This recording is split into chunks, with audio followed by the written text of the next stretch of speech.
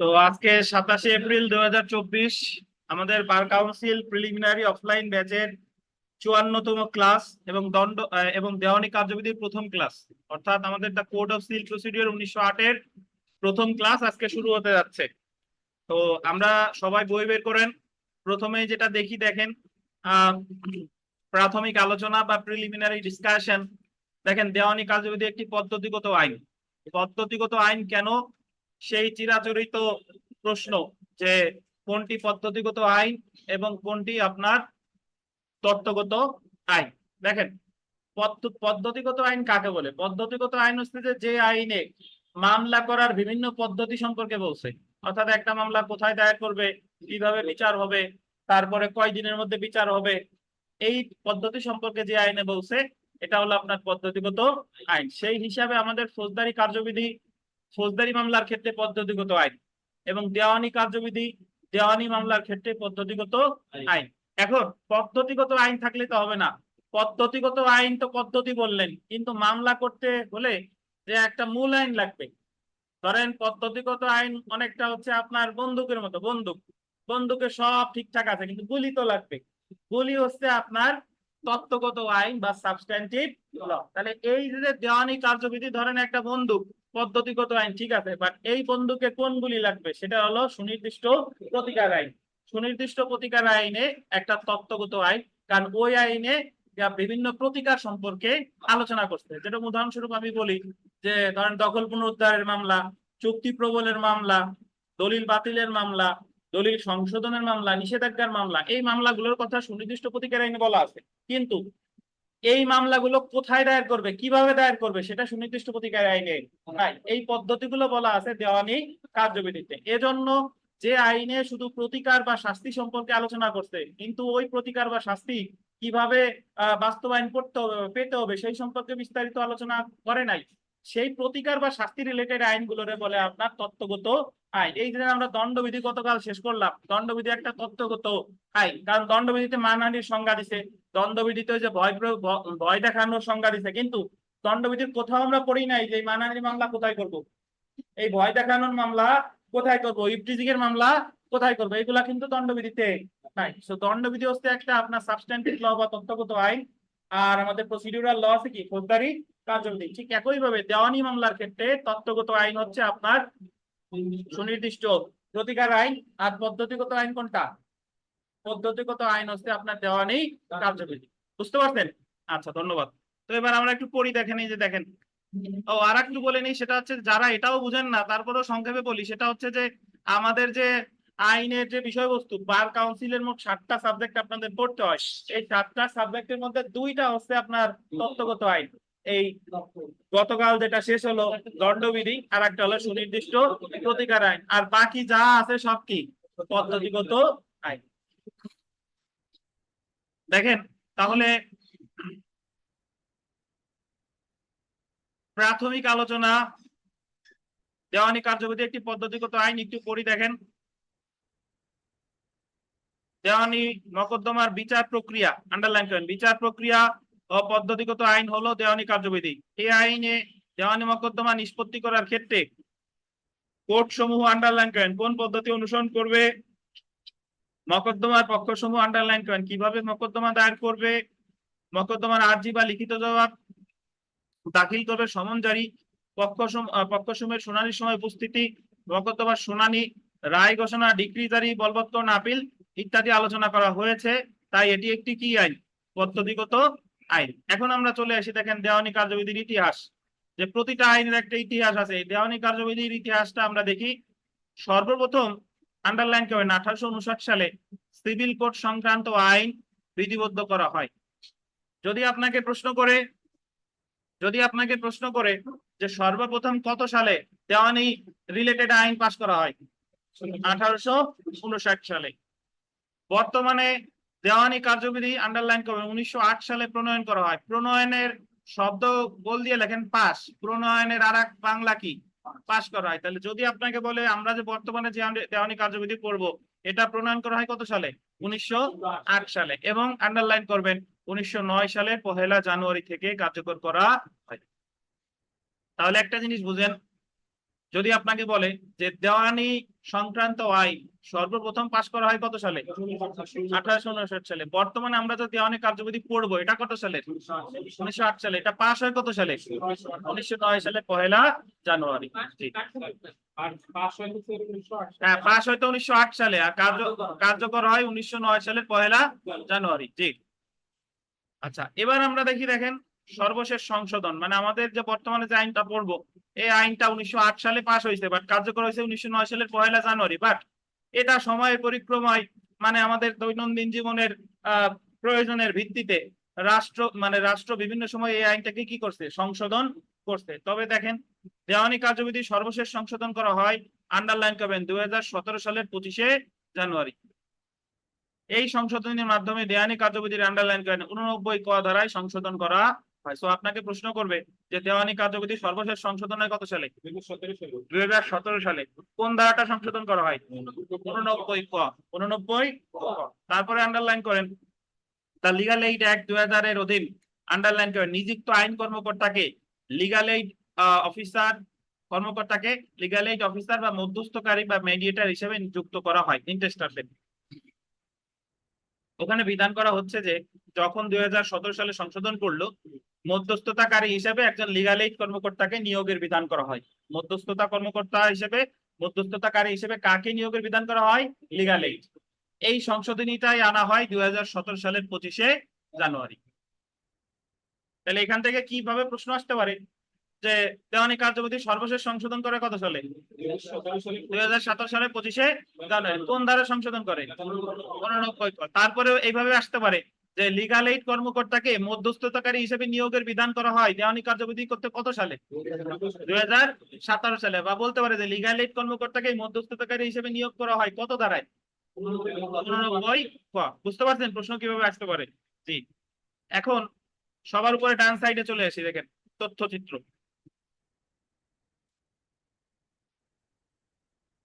মোট ধারা 158টা, আন্ডারলাইন করেন। দেওয়ানি কার্যবিধিতে মোট ধারা কয়টা? 158টা। মোট অর্ডার বা আদেশ কয়টা? 51টি।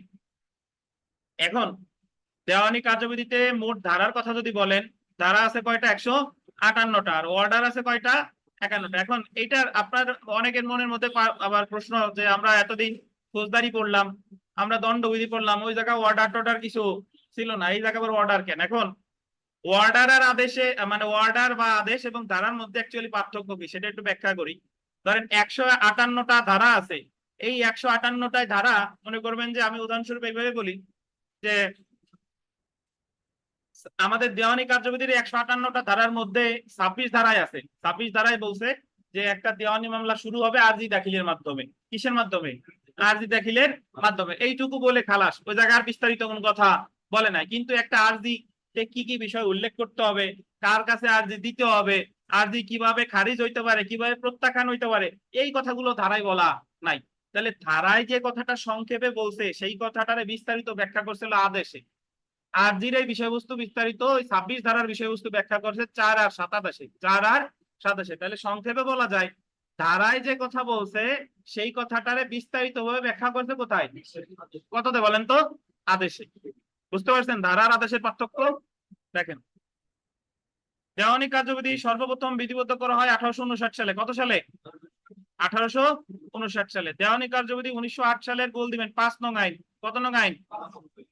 5 নম্বর আইন। পরেরটা দেখেন, প্রণয়ন করা হয় 1908 সালে, পাশ করা হয় 1909 সালের 1 জানুয়ারি। সর্বশেষ সংশোধনী হয় 25 জানুয়ারি 2017। 25 জানুয়ারি 2017। তারপরে দেখেন বর্তমানে বর্তমানে মোট 3টি তফসিল বলবৎ আছে।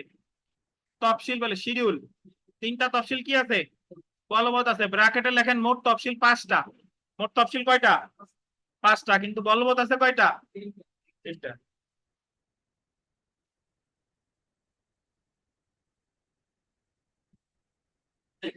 যদি আপনাকে বলে মোট তফসিল কয়টা, বলবৎ আছে কয়টা? 3টা। তাহলে দেওয়ানি কার্যবিধি একটি পদ্ধতিগত আইন। এ হচ্ছে মোটামুটি আমাদের সূচনা বা প্রারম্ভিক। এখানে আমরা যা জানলাম খুব সংক্ষেপে, যারা প্রথমে এসেছেন তাদের উদ্দেশ্যে আবার বলি যে দেওয়ানি কার্যবিধি একটা পদ্ধতিগত আইন। কেন পদ্ধতিগত আইন? কারণ দেওয়ানি মামলা কিভাবে করতে হবে এই কথাগুলো দেওয়ানি কার্যবিধিতে আছে। আর দেওয়ানি মামলা কোন কোন প্রতিকারের কথা বলা হয়েছে সুনির্দিষ্ট প্রতিকার আইনে।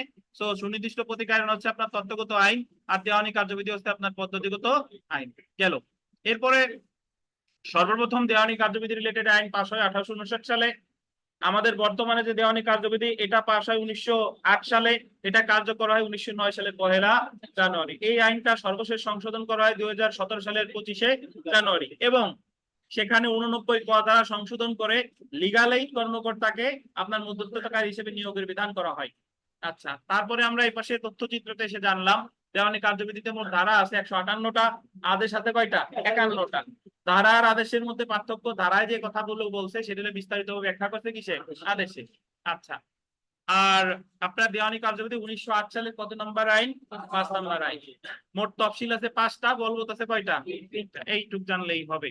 আমরা এখানে বিগত বছরের প্রশ্ন আসে দেখেন, 2013 সালের জুডিশিয়াল সার্ভিস পরীক্ষা একটা প্রশ্ন এসেছিল যে সর্বপ্রথম সিভিল কোড সংক্রান্ত পদ্ধতিগত আইন কোডিফাইড হয় সর্বপ্রথম কত সালে?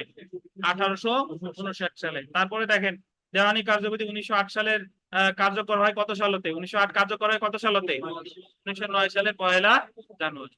আচ্ছা, আমরা চলে আসি ধারা বা শিডিউল বা আদেশ বিধি। দেওয়ানি কার্যবিধির গোলদেন দুইটি অংশ, দুইটি শব্দটা গোলদেন।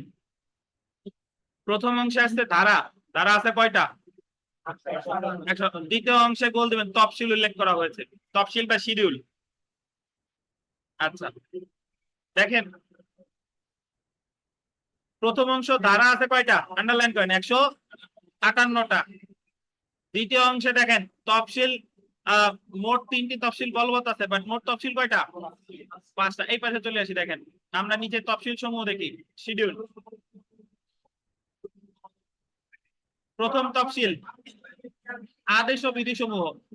প্রথম তফসিলে আদেশ ও বিধি সমূহ, দেখেন আন্ডারলাইন করেন। মোট 51টি আদেশ আছে, প্রত্যেক আদেশের অধীন বিধি থাকে। মোট আদেশ আছে কয়টা?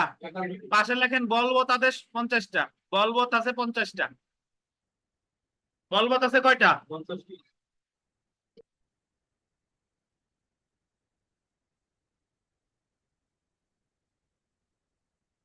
এখান থেকে প্রশ্ন আসবে যে দেওয়ানি কার্যবিধির আদেশ সমূহ কোন তফসিলে আলোচনা করা হয়েছে? কোন তফসিল বলেন? প্রথম তফসিল। মোট আদেশ আছে কয়টা? 51টা। বলবৎ আছে কয়টা? 50টা। বুঝতে পারছেন? আচ্ছা, দ্বিতীয় আর পঞ্চম, বাম সাইডে দ্বিতীয় থেকে পঞ্চম তীর চিহ্ন দিয়ে আটকান। দ্বিতীয় আর পঞ্চম দেখেন বাতিল, দ্বিতীয় আর পঞ্চম কি? বাতিল। তো যদি আপনাকে বলে যে দেওয়ানি কার্যবিধির কোন কোন তফসিল বাতিল? দ্বিতীয় আর পঞ্চম, দ্বিতীয় আর পঞ্চম। যদি আপনাকে বলে দেওয়ানি কার্যবিধির আদেশ সমূহ আছে কোন তফসিলে? প্রথম তফসিলে। কয়টা আদেশ আছে? বলবৎ আছে কয়টা? 50টা। জি। আচ্ছা, তৃতীয় তফসিলে দেখেন কালেক্টর কর্তৃক ডিক্রি জারি। পরীক্ষায় আসবে যে দেওয়ানি কার্যবিধির তৃতীয় তফসিলের বিষয়বস্তু কি? কালেক্টর কর্তৃক ডিক্রি জারি। পাশেই লেখেন সেকশন 69, ধারা 69, ধারা 69। এটার অর্থ হচ্ছে যে এই তৃতীয় তফসিলের যে বিষয়বস্তু এটা কত ধারায় বলছে? 69 ধারায়, 69 ধারা। আর এটা বলছে কত তফসিলে? তৃতীয় তফসিলে। সো যদি আপনাকে বলে যে কালেক্টর কর্তৃক ডিক্রি জারি এই তৃতীয় তফসিলের বিষয়বস্তু কত ধারায় আছে, বা 69 ধারার বিষয়বস্তু কত তফসিলে আছে? তৃতীয় তফসিলে। বুঝতে পারছেন? আচ্ছা, চতুর্থ তফসিল দেখেন। চতুর্থ তফসিলে বলছে সংশোধিত আইন সমূহ। পাশে ধারা লেখেন 155, ধারা লেখেন 155। তাহলে সংশোধিত আইন সমূহ আছে কত ধারায় ভাই? 155 ধারা। এটা আপনার মনে রাখতে হবে। দেখেন এখন তাহলে আমরা পেলাম কি? আমরা পেলাম ধারা আছে 158টা, তফসিল আছে 5টা। প্রথম তফসিলে আলোচনা করছে আদেশ সমূহ, মোট 51টা আদেশ। বলবৎ আছে কয়টা? 50টা। দ্বিতীয় আর পঞ্চম তফসিল হচ্ছে কি? বাতিল। তৃতীয় তফসিলে বলছে কালেক্টর কর্তৃক ডিক্রি জারি, এটা আছে 69 ধারায়। আর চতুর্থ তফসিলে আছে কি? সংশোধিত আইন সমূহ, এটা আছে কততে? 155 ধারায়। বুঝতে পারছেন? এখন জেনে রাখা ভালো, দেখেন জেনে রাখা ভালো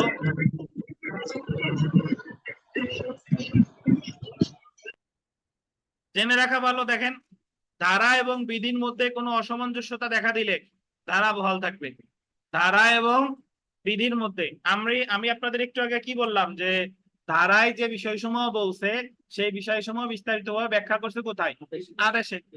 এখন যদি এরকম হয় যে ধারা পড়ে বুঝতেছেন আপনি এক কথা, কিন্তু আদেশে বলতেছে আর এক কথা, একই বিষয় নিয়ে, তাহলে প্রাধান্য পাবে কোনটা? ধারা। তাহলে পরীক্ষায় আসবে যে ধারা এবং বিধি, ধারা এবং বিধির মধ্যে, বিধি বলতে অ্যাকচুয়ালি এই জায়গায় বিধি বলতে আদেশ বোঝাচ্ছে, কারণ আদেশ গঠিত হয় বিধির মাধ্যমে। আদেশ গঠিত হয় কিসের মাধ্যমে? বিধির মাধ্যমে। বুঝতে পারছেন? আপনি বলবেন যে আদেশ গঠিত হয় বিধির মাধ্যমে। জি। তো ওই অ্যাকচুয়ালি আদেশ আর বিধি একই, যে আদেশ গঠিত হয় ধারার, আদেশের বা বিধির মধ্যে যদি কোনো অসামঞ্জস্যতা দেখা দেয় তাহলে প্রাধান্য পাবে কোনটা? ধারা। ক্লিয়ার? আচ্ছা, আমরা চলে এসে দেখেন আহ ধারা, আদেশ এবং বিধি সংশোধন। দেওয়ানি কার্যবিধির ধারাসমূহ বা সেকশনস গোল দিবেন শুধুমাত্র জাতীয় সংসদ সংশোধন করতে পারে। জাতীয় সংসদ শব্দটা গোল দেন। পরীক্ষায় আসবে যে দেওয়ানি কার্যবিধির ধারাসমূহ সংশোধন করতে পারে কে? শুধুমাত্র কে? জাতীয় সংসদ বা পার্লামেন্ট। যেখানে প্রথম তফসিলে উল্লেখিত আদেশ এবং বিধিসমূহ, এটা আন্ডারলাইন করেন, আদেশ ও বিধিসমূহ গোল দিবেন সংসদ এবং সুপ্রিম কোর্ট উভয়ই সংশোধন করতে পারে। একটা জিনিস দেখেন, ধারা সংশোধন করতে পারে শুধু জাতীয় সংসদ, আর আদেশ আর বিধি জাতীয় সংসদ তো পারেই, সেই সাথে পারে কে? সুপ্রিম কোর্টও পারে। তো এখান থেকে প্রশ্ন আসবে যে ধারা সমূহ সংশোধন করতে পারে কে? জাতীয় সংসদ। বিধি বা আদেশ সমূহ সংশোধন করতে পারে কে? জাতীয় সংসদের সাথে উনিও পারে, আবার কি সুপ্রিম কোর্টও পারে। এখন অনেকে আবার জানেন না যে সুপ্রিম কোর্ট কাকে বলে। সুপ্রিম কোর্ট কাকে বলে? পীযূষ সাহেব, সুপ্রিম কোর্ট কারে বলে বলেন? আপিল বিভাগের, হাইকোর্ট বিভাগের কি বলেন? বাংলাদেশের সর্বোচ্চ আদালত হলো সুপ্রিম কোর্ট। সুপ্রিম কোর্টের দুইটা ভাগ, সবার উপরে আপিল বিভাগ, নিচে কি হাইকোর্ট বিভাগ। এই দুইটারই একত্রে বলে কি? Supreme court. আচ্ছা, দেখেন, বাংলাদেশ সংবিধানের 65-1 অনুচ্ছেদ অনুসারে, 65-1 অনুচ্ছেদ শব্দটা বললেন, 65-1 অনুচ্ছেদ অনুসারে সংসদ সকল আইন প্রণয়ন ও সংশোধনের ক্ষমতা রাখে। ওই যে যে আপনার বলে যে আপনারা জাতীয় সংসদের বিভিন্ন যে ইয়া দেখেন না, মানে অধিবেশন দেখেন, বলে যে হ্যাঁ যুক্ত হয়েছে, হ্যাঁ যুক্ত হয়েছে, বিল আকারে পাশ করে। তো এই যে যে ক্ষমতাটা আইন প্রণয়ন করে বা সংশোধন করে, জাতীয় আমাদের বাংলাদেশ সংবিধানের কত অনুচ্ছেদে? 65-1 অনুচ্ছেদে। যদি আপনাকে বলে যে জাতীয় সংসদ দেওয়ানি কার্যবিধির ধারাসমূহ সংশোধন করতে পারে বা আদেশ বা বিধিসমূহ সংশোধন করতে পারে কত অনুচ্ছেদ অনুসারে? 65-1। এই তানবীর, ওটা দিলি তো আবার এনাদের রোদ আসে। দেখেন, দেখেন, অন্যদিকে দেওয়ানি কার্যবিধি 1908-এর গোল দিবেন 122 ধারা অনুসারে। 122 ধারা অনুসারে সুপ্রিম কোর্ট দেওয়ানি কার্যবিধির বিধি প্রণয়ন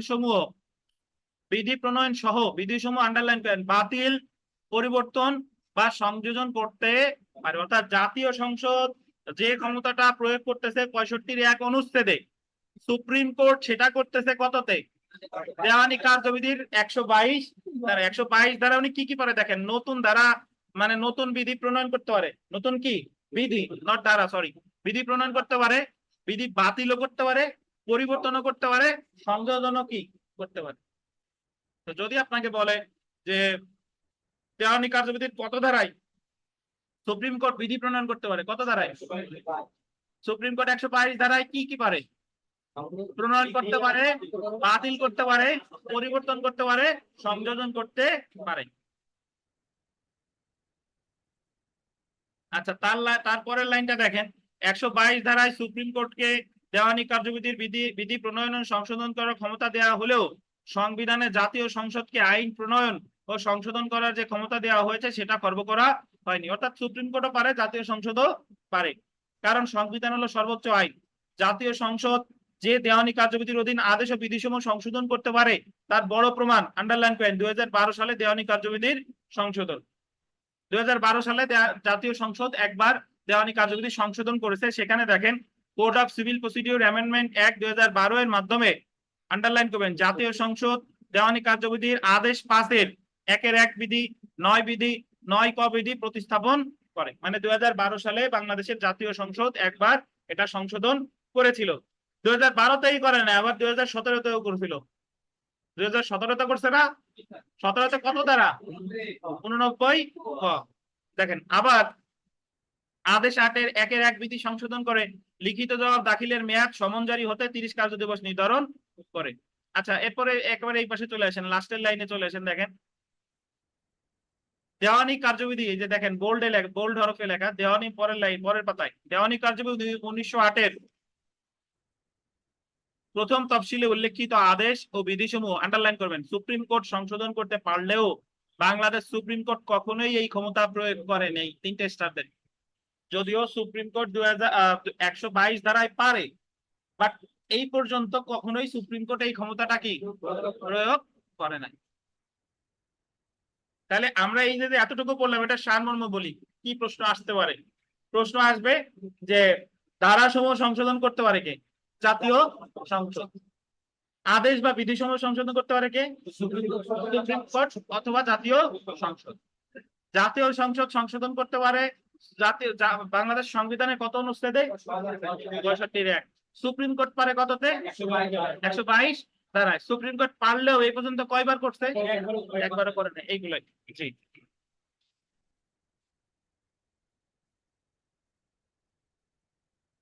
সেলফ প্র্যাকটিসের 5 নাম্বার প্রশ্নটা দেখেন।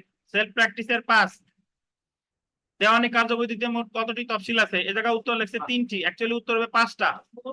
যদি বলতো যে বলবৎ আছে কয়টা, তাহলে উত্তর হতো কয়টা? 3টা। যদি বলে মোট তফসিল আছে কয়টা, তাহলে উত্তর কি? বুঝতে পারছেন? তাহলে উত্তরটা সংশোধন ঠিক করে নেন।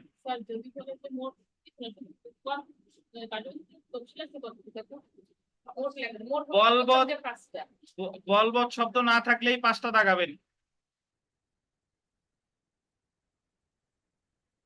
দেওয়ানি কার্যবিধির কত নম্বর তফসিলে আদেশ ও বিধিসমূহ আলোচনা করছে? কত নম্বর তফসিলে? আচ্ছা, আপনাদের আমি একটা ব্যাখ্যা দিই, শুনেন। সেটা হচ্ছে যে আপনি তফসিলের জায়গায় উত্তর লিখতেছেন 3টা, বাট অ্যাকচুয়ালি তফসিল আছে কয়টা? 5টা। আবার আদেশের জায়গা তো ঠিকই 51টা লিখতেছেন, বাট আদেশ আছে কয়টা? 50। তাহলে ওই জায়গায় 50 লিখলেন না কেন?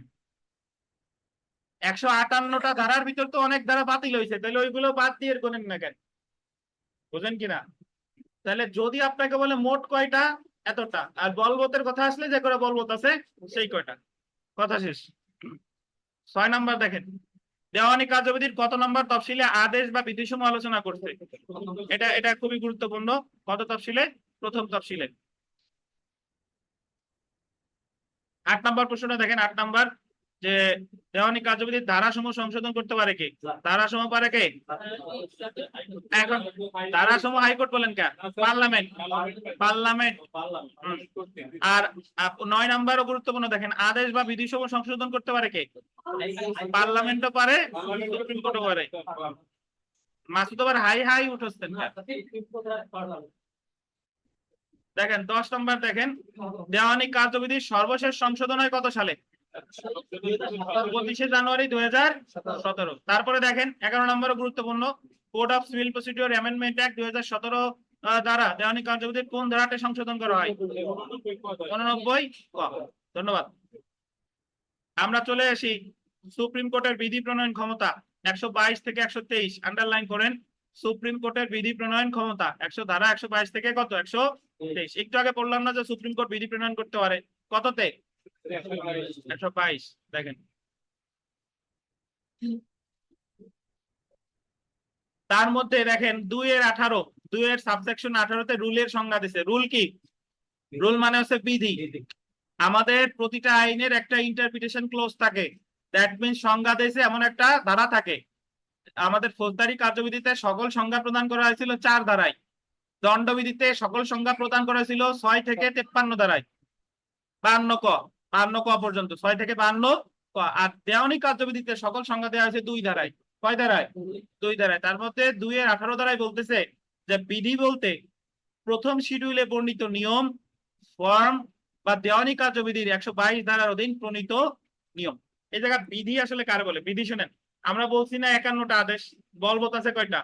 50টা। এখন প্রথম যে আদেশ, এই আদেশের ভিতরে আমার আদেশে অনেকগুলো কথা বলা আছে পয়েন্ট আকারে, যে 1 নম্বর আদেশের 1 নম্বর পয়েন্ট, এই 2 নম্বর পয়েন্ট, 3 নম্বরে, এই যে পয়েন্ট, এগুলোরই বলে কি?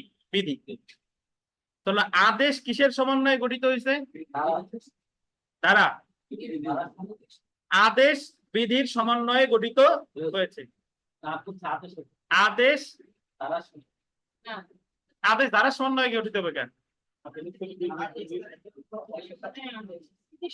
বিধির সমন্বয়ে গঠিত হয়েছে কি? আদেশ। আর ধারা তো আলাদা জায়গা। বিধির সংজ্ঞা দিছে কততে? 2 এর কততে? 18তে। দেখেন, বিধি বলতে প্রথম শিডিউলে বর্ণিত নিয়ম, ফর্ম বা দেওয়ানি কার্যবিধির 122 ধারায় যেটা প্রণয়ন করে সেটাও কি? বিধি।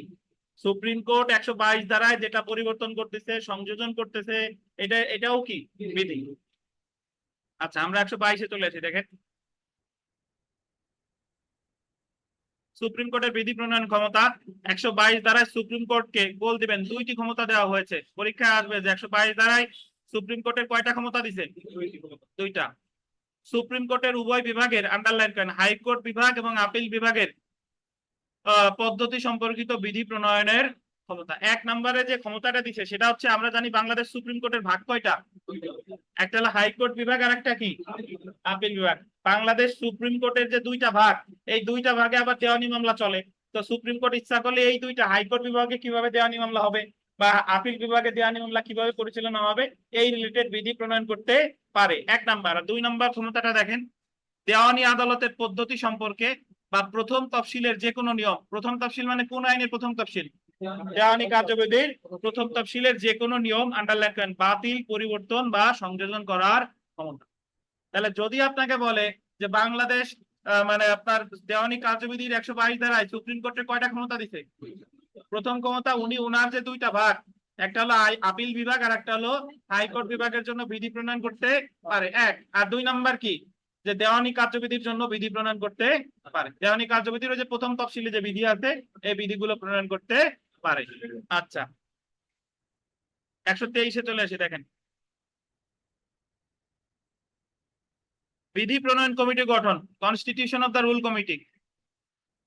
মানে এই যে আমরা তো জানি যে বিধি প্রণয়ন করতে পারে, বাট কে করবে, কমিটি কয় সদস্য হবে, এই বিষয়গুলো বিস্তারিত বলছে কত ধারায়? 123 ধারায়। দেখেন, দেওয়ানি কার্যবিধির আন্ডারলাইন করবেন 122 ধারায় বিধি প্রণয়নের যে বিধান আছে সেই উদ্দেশ্যে আন্ডারলাইন করবেন 123 ধারা অনুযায়ী বিধি প্রণয়ন কমিটি গঠন করা হবে।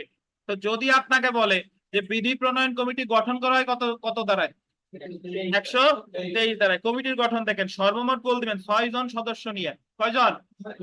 বিধি প্রণয়ন কমিটি গঠিত হয়েছে। যদি আপনাকে বলে বিধি প্রণয়ন কমিটির সদস্য কয়জন? 6 জন। দেখেন, ক নাম্বার আন্ডারলাইন করবেন, সুপ্রিম কোর্টের 3 জন বিচারক। 6 জনের মধ্যে 3 জন হলো কোন কোর্টের বিচারক? সুপ্রিম কোর্টের বিচারক নিয়ে, যাদের মধ্যে একজন সর্বনিম্ন গোল দেবেন 3 বছর, একজন সর্বনিম্ন 3 বছর জেলা জজ হিসেবে দায়িত্ব পালন করেছে। আমাদের এখানে বলা হয়েছে বিধি প্রণয়ন কমিটির সদস্য মোট 6 জন। 6 জনের মধ্যে 3 জন থাকবে বাংলাদেশ সুপ্রিম কোর্ট থেকে। ওই 3 জনের মধ্যে আবার একজনের অভিজ্ঞতা থাকতে হবে জেলা জজ হিসেবে দায়িত্ব পালন করা। সর্বনিম্ন কতদিন? 3 বছর। আচ্ছা, খ দেখেন, উক্ত আদালতে অ্যাডভোকেট হিসেবে প্র্যাকটিস করতে, আন্ডারলাইন করবেন 2 জন অ্যাডভোকেট। বাংলাদেশের সুপ্রিম কোর্টে অ্যাডভোকেট হিসেবে প্র্যাকটিস করতে এরকম 2 জন অ্যাডভোকেট থাকবে কমিটির সদস্য। তাহলে 3 আর 2 কত? 5। এখন অ্যাডভোকেট আপনি এবার বলতে পারেন যে স্যার এটা কি হাইকোর্ট বিভাগের না আপিল বিভাগের? তা কিন্তু বলে নাই। কারণ হাইকোর্ট বিভাগ আপিল বিভাগ দুইটি মিলেই তো আপনার সুপ্রিম কোর্ট। বুঝতে পারছেন? বাকি আছে সদস্য কয়জন? 1 জন। হাইকোর্ট বিভাগের অধীনস্থ, আন্ডারলাইন করবেন, দেওয়ানি আদালতের একজন বিচারক। মানে যে জেলা পর্যায়ে যে দেওয়ানি আদালত আছে এখানকার একজন কি? বিচারক। তাহলে এই হলো মোট কয়জন? 6 জন। তাহলে 6 জনের হিসাব আমার মনে রাখতে হবে ভাই। প্রথমত প্রশ্ন আসবে যে বিধি প্রণয়ন মানে সুপ্রিম কোর্ট বিধি প্রণয়ন করতে পারে কত ধারায়? 122 ধারায়। 122 ধারায়। আর বিধি প্রণয়ন কমিটি গঠন আছে কত ধারায়? 123। মোট সদস্য কয়জন? 6 জন। 3 জন হচ্ছে সুপ্রিম কোর্ট থেকে, তার ভিতরে একজন বিচারক কতদিন 3 বছর জেলা জজ হিসেবে দায়িত্ব পালন করছে। আচ্ছা, 2 জন হচ্ছে সুপ্রিম কোর্টের কি অ্যাডভোকেট, আর একজন হচ্ছে হাইকোর্ট বিভাগের অধীনস্থ দেওয়ানি আদালতের একজন কি, এই হলো মোট কয়জন।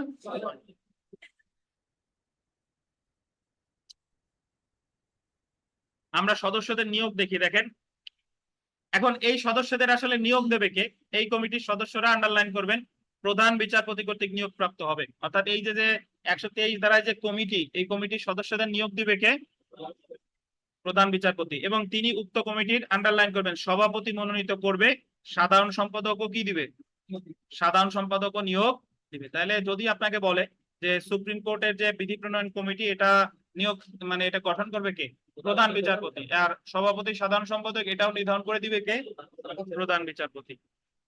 মেয়াদ দেখেন, এখন আমরা যদি দেখি যে এই কমিটির মেয়াদ হবে কতদিন, মেয়াদ যদি দেখি যে এই কমিটির প্রত্যেক সদস্য আন্ডারলাইন করবেন প্রধান বিচারপতি কর্তৃক উল্লেখিত মেয়াদ পর্যন্ত বহাল থাকবে। মানে কতদিন বহাল থাকবে, এটা প্রধান বিচারপতির সন্তুষ্টি অনুযায়ী। প্রধান বিচারপতির কি কোন নির্দিষ্ট সময় আছে, 1 বছর 2 বছর 6 বছর আছে নাই। তাহলে বিগত বছরের প্রশ্ন যদি দেখি, দেখেন যে একবার পরীক্ষার প্রশ্ন এসেছিল যে দেওয়ানি কার্যবিধির কত ধারা অনুযায়ী সুপ্রিম কোর্ট বিধি প্রণয়ন করতে পারে।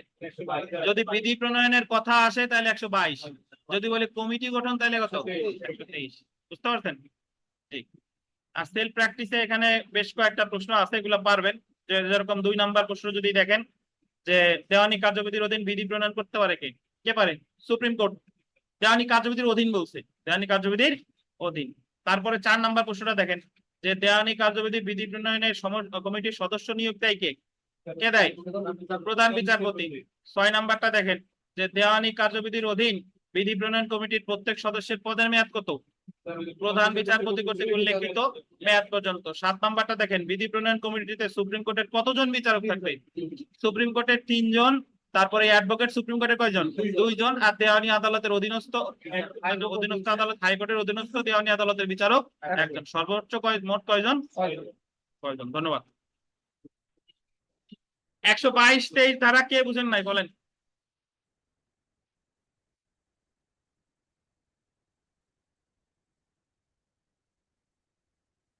এই সুশান্ত বুঝছেন ভাই, এই দেলোয়ার সাহেব,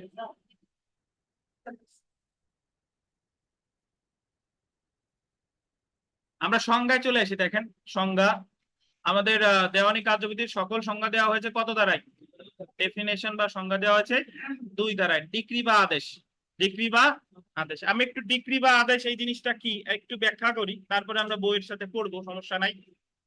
ডিক্রি হচ্ছে যে একটা, এইভাবে চিন্তা করেন যে একটা দেওয়ানি মামলা বাদী যখন দায়ের করে, দেওয়ানি মামলা দায়ের করে হলো আরজির মাধ্যমে। কিসের মাধ্যমে, আরজি। আরজি দিল, আরজি দেওয়ার পরে ধরেন আশরাফুল সাহেব মামলার বাদী, উনি হোসেন মোল্লার কাছে 5 লাখ টাকা পায়। তা এখন আশরাফুল সাহেব মামলা করতে আরজির মাধ্যমে, আরজি যখন উনি আরজি কোর্টে গিয়ে জমা দিল, তখন কোর্ট থেকে হোসেন মোল্লারে দিবে সমন, কি দিবে, সমন। সমন পাওয়ার পর হোসেন মোল্লা ভাই ওই আরজির প্রেক্ষিতে উনি আবার জবাব দিবে, লিখিত জবাব। লিখিত জবাবের পরে উনরা 2 পক্ষ হাজির হবে প্রথম শুনানিতে, হাজির হবে, এডিআর হবে, তারপর বিচার্য বিষয় গঠন হবে, তারপরে মামলা ইনি এনার সাক্ষীদের হাজির করবে, এনার সাক্ষীদের জেরা করা হবে, উনি ওনাদের সাক্ষীতে হাজির করবে, সাক্ষীদের জেরা করা হবে, তারপর যুক্তি তর্ক হবে, তারপর রায় দিবে, সবশেষে গিয়ে দিবে ডিক্রি। সবশেষে দিবে কি, ডিক্রি। অর্থাৎ ডিক্রির মাধ্যমে এক পক্ষ মামলায় জিতে, এক পক্ষ মামলায় কি হারে। যার পক্ষে ডিক্রি দেয় তাকে বলে ডিক্রিদার, আর যার বিপক্ষে ডিক্রি দেয় তারা বলে কি, তাই। তার মানে ডিক্রি হলো একটা মামলার চূড়ান্ত পর্যায়ে গিয়ে দেয়, নাকি একেবারে শেষ পর্যায়ে গিয়ে দেয়, এবং ডিক্রির মাধ্যমে পক্ষগণের অধিকার কি চূড়ান্ত ভাবে নির্ধারিত হয়। বুঝেন কিনা? তার মানে আরজির প্রেক্ষিতে যে সিদ্ধান্ত দেয় সেটারই কি বলে, ডিক্রি। বুঝেন কিনা? আবার বলা যেতে পারে ডিক্রির মাধ্যমে একটা দেওয়ানি মামলার পক্ষগণের অধিকার কিভাবে নির্ধারিত হয়, চূড়ান্ত ভাবে নির্ধারিত হয়। বুঝছেন? তার মানে একটা দেওয়ানি মামলায় কেউ হারছে নাকি জিতছে এটা বোঝা যায় কি দেখা, ডিক্রি দেখা। আচ্ছা, এখন তাহলে আদেশ কি? আদেশ হচ্ছে যে ওই যে আমি বললাম যে প্রথমে উনি আরজি দাখিল করলো, আরজি দাখিলের পরে দেয় কি, সমন, সমনের পর দেয় কি, লিখিত জবাব। লিখিত জবাব দেওয়ার পরে ধরেন এক এক সময় আমরা আপনারা যদি এরকম করে যে মামলা একজন সময়ের আবেদন করছে, আমরা জানি না টাইম পিটিশন দেয়, সময়ের আবেদন করছে, এখন সময়ের আবেদন আদালত মঞ্জুর করতেও পারে আবার কি না মঞ্জুর করতে পারে। কেউ অস্থায়ী নিষেধাজ্ঞার আবেদন করছে, অস্থায়ী নিষেধাজ্ঞার আবেদন মঞ্জুর করতেও পারে আবার কি নাও করতে পারে। এই যে যে একটা মামলা চলাকালীন সময় বিভিন্ন দরখাস্ত যে দেয় এবং দরখাস্তের প্রেক্ষিতে আদালত যে সিদ্ধান্ত দেয় এটাকে বলে আদেশ। তার মানে আদেশ কি মামলা শেষ হওয়ার পরে দেয়? মামলা চলাকালীন সময় কি দেয়? আদেশ। আর ডিক্রি দেয় কখন? মামলার শেষে। ডিক্রির মাধ্যমে পক্ষগণের অধিকার কি হয়? চূড়ান্ত ভাবে নির্ধারিত হয়। কিন্তু আদেশের মাধ্যমে কিন্তু সাময়িক নির্ধারিত হচ্ছে যে সময়ের আবেদন মঞ্জুর করতে কি করে নাই, অস্থায়ী নিষেধাজ্ঞার আদেশ মঞ্জুর করতে কি করে নাই, ওটা কিন্তু চূড়ান্ত না, ওটা চূড়ান্ত না। আর আমি আদেশ চাইতেছি কিসের মাধ্যমে? দরখাস্তের মাধ্যমে। দরখাস্ত দিলে দরখাস্তর নিষ্পত্তি হয়েছে কিসের মাধ্যমে? আদেশের মাধ্যমে। আর আপনি ডিক্রি মানে আরজির নিষ্পত্তি হচ্ছে কিসের মাধ্যমে? ডিক্রির মাধ্যমে।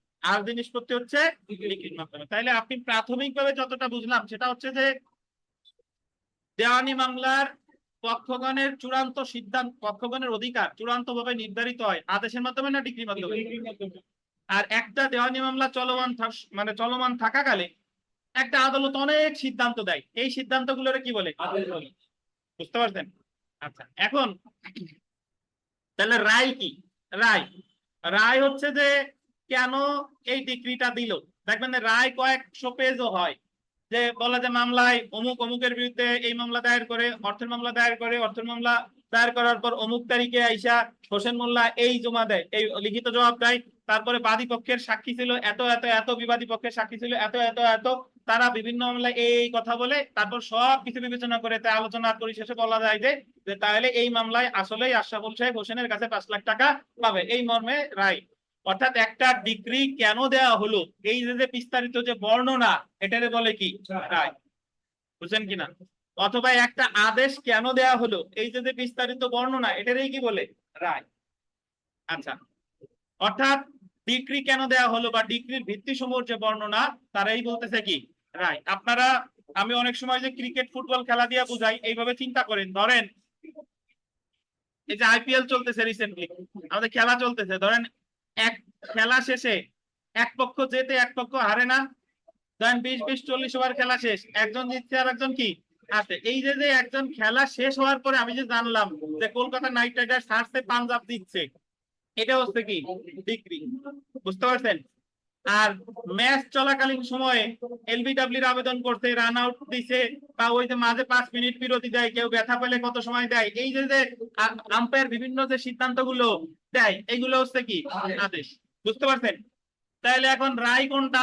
রায় হচ্ছে যে খেলার মাঝে মাঝে ধরেন স্কোর কার্ড দেখায়, বা একেবারে খেলা যখন শেষ হয়ে গেছে তখন স্কোর কার্ড দেখাইছে না যে অমুক সেঞ্চুরি করছে, অমুক 5 উইকেট পাইছে, অমুক সময় ফল অফ উইকেট এত এত এত উইকেট। এই যে যে ডিক্রির যে ভিত্তি সময়ের যে বর্ণনা, এটাকে বলে কি? রায়। বুঝতে পারছেন?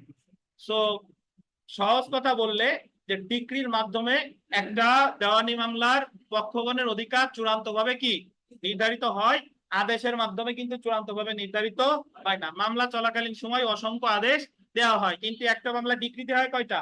একটা, আপাতত একটাই ধরেন। আর ডিক্রি বা আদেশ কেন দিল, এই যে যে ভিত্তি সমূহের যে বর্ণনা, এটারে কি বলে? রায়। কে বোঝেন নাই বলেন দেখি? বইতে তো পড়বই, তার আগে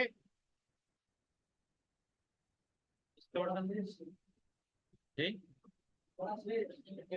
না, পড়া শেষ না। এই ভাই আপনার নাম ভুলে গেছে, কি যেন নাম? বুঝছেন? ডিগ্রি রায় আদেশ বুঝছেন? ঠিক আছে, নামাজের বিরতি, আমরা নামাজ পড়ে আসি, তারপরে বাকিটা পড়বো। নামাজের বিরতি অনলাইনে যারা আছেন 10 মিনিট পর আবার জয়েন করেন।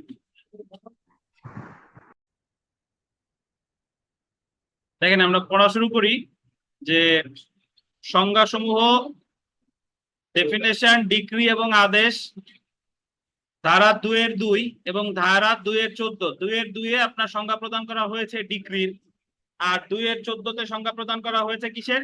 আদেশের। দেখেন কোন মকদ্দমার শুরু থেকে শেষ পর্যন্ত দেওয়ানি আদালত অনেক বিচারিক সিদ্ধান্ত বা অ্যাডজুডিকেশন দিতে পারে। অ্যাডজুডিকেশন মানে হচ্ছে কি? সিদ্ধান্ত। আদালতের আন্ডারলাইন করবেন এই বিচারিক সিদ্ধান্ত দুই প্রকার হতে পারে, মানে আদালত যে সিদ্ধান্ত দেয় এই সিদ্ধান্ত কয় প্রকার? দুই প্রকার। এক নম্বরে আন্ডারলাইন করেন ডিক্রি, দুই নম্বরে হচ্ছে কি আদেশ বা অর্ডার। এখন তাহলে আমরা দেখি, দেখেন যে বিচারিক সিদ্ধান্ত বা অ্যাডজুডিকেশন এক নম্বরে বলছে ডিক্রি, এটা ধারা কত? 2-2। আর আদেশ হচ্ছে কত? 2-14। আচ্ছা আমরা আগে ডিক্রিতে চলে আসি। দেখেন ডিক্রি ধারা 2-2 ডিক্রি। ডিক্রির অর্থ, ডিক্রি অর্থ হলো আদালতের আন্ডারলাইন করবেন আনুষ্ঠানিক সিদ্ধান্ত বা ফর্মাল অ্যাডজুডিকেশন, যেটা আন্ডারলাইন করবেন চূড়ান্ত ভাবে মকদ্দমার বিতর্কিত সমগ্র, শব্দটা বলতেন সমগ্র বা যে কোনো বিষয়ে আন্ডারলাইন করেন পক্ষ সময়ের অধিকার নির্ধারণ করে। মানে ডিগ্রি হচ্ছে আদালতের এমন কোন সিদ্ধান্ত যেটা মামলার পক্ষগণের অধিকার চূড়ান্ত ভাবে কি নির্ধারণ করে। এই কথাই বলছে কততে?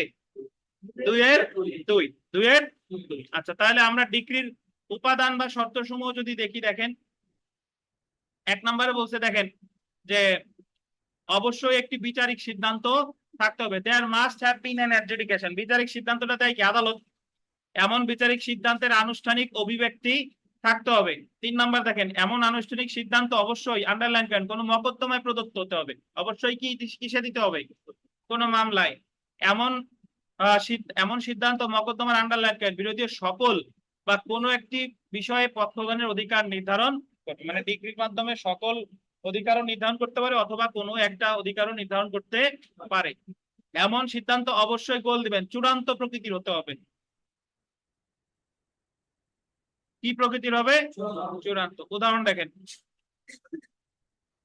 ক এর বিরুদ্ধে একটি বিক্রয় চুক্তি বাস্তবায়নের মামলা করছে। ক হলো বাদী, বিবাদীকে খ। আদালত বিচার শেষে সিদ্ধান্ত দেয় যে কে বিক্রয় চুক্তি অনুযায়ী জমিটি অর্পণ করবে। যেহেতু আদালতের এই সিদ্ধান্ত পক্ষ সময় বিরোধ নির্ণয় করেছে তাই এটা একটা কি, যেহেতু মামলার চূড়ান্ত পর্যায়ে গিয়ে এই সিদ্ধান্তটা দিছে তাই এটা হচ্ছে একটা কি আপনার ডিক্রি। আচ্ছা এখন আমরা একটু এই পাশে চলে আসি। দেখেন ডিক্রি বলে বিবেচিত বা ডিম ডিক্রি বলে, ডিম না বলবেন ডিম ডিক্রি, ডিক্রি বলে বিবেচিত। নরমালি একটা জিনিস মনে রাখবেন যে আমরা ডিক্রির যে সংজ্ঞা একটু আগে আপনাদের যেটা বুঝাইলাম যে ডিক্রিটা তো একটা মামলা কোন পর্যায়ে যায় দিচ্ছে, শেষ পর্যায়ে যায়। কিন্তু দুইটা ডিক্রি আছে ব্যতিক্রম। এই দুইটা ডিক্রি মামলা শেষ পর্যায়ে গিয়ে না দিয়ে মামলা প্রাথমিক পর্যায়েও দিতে পারে। এটার এই এই এই ধরনের ডিক্রিরে কি বলে? ডিম ডিক্রি। মানে মামলা করার সাথে সাথেও ডিক্রি দিতে পারে অনেক সময়। কেমনে? আমি একটু উদাহরণ দিই। ধরেন একটা মামলার ধরেন প্রতিটা দেওয়ানি মামলার মামলা করার একটা তামাদি মেয়াদ আছে। উদাহরণস্বরূপ বলি, অর্থের মামলা করতে হয় 3 বছরের মধ্যে, দখল পুনরুদ্ধার মামলা করতে হয় 6 মাসের মধ্যে।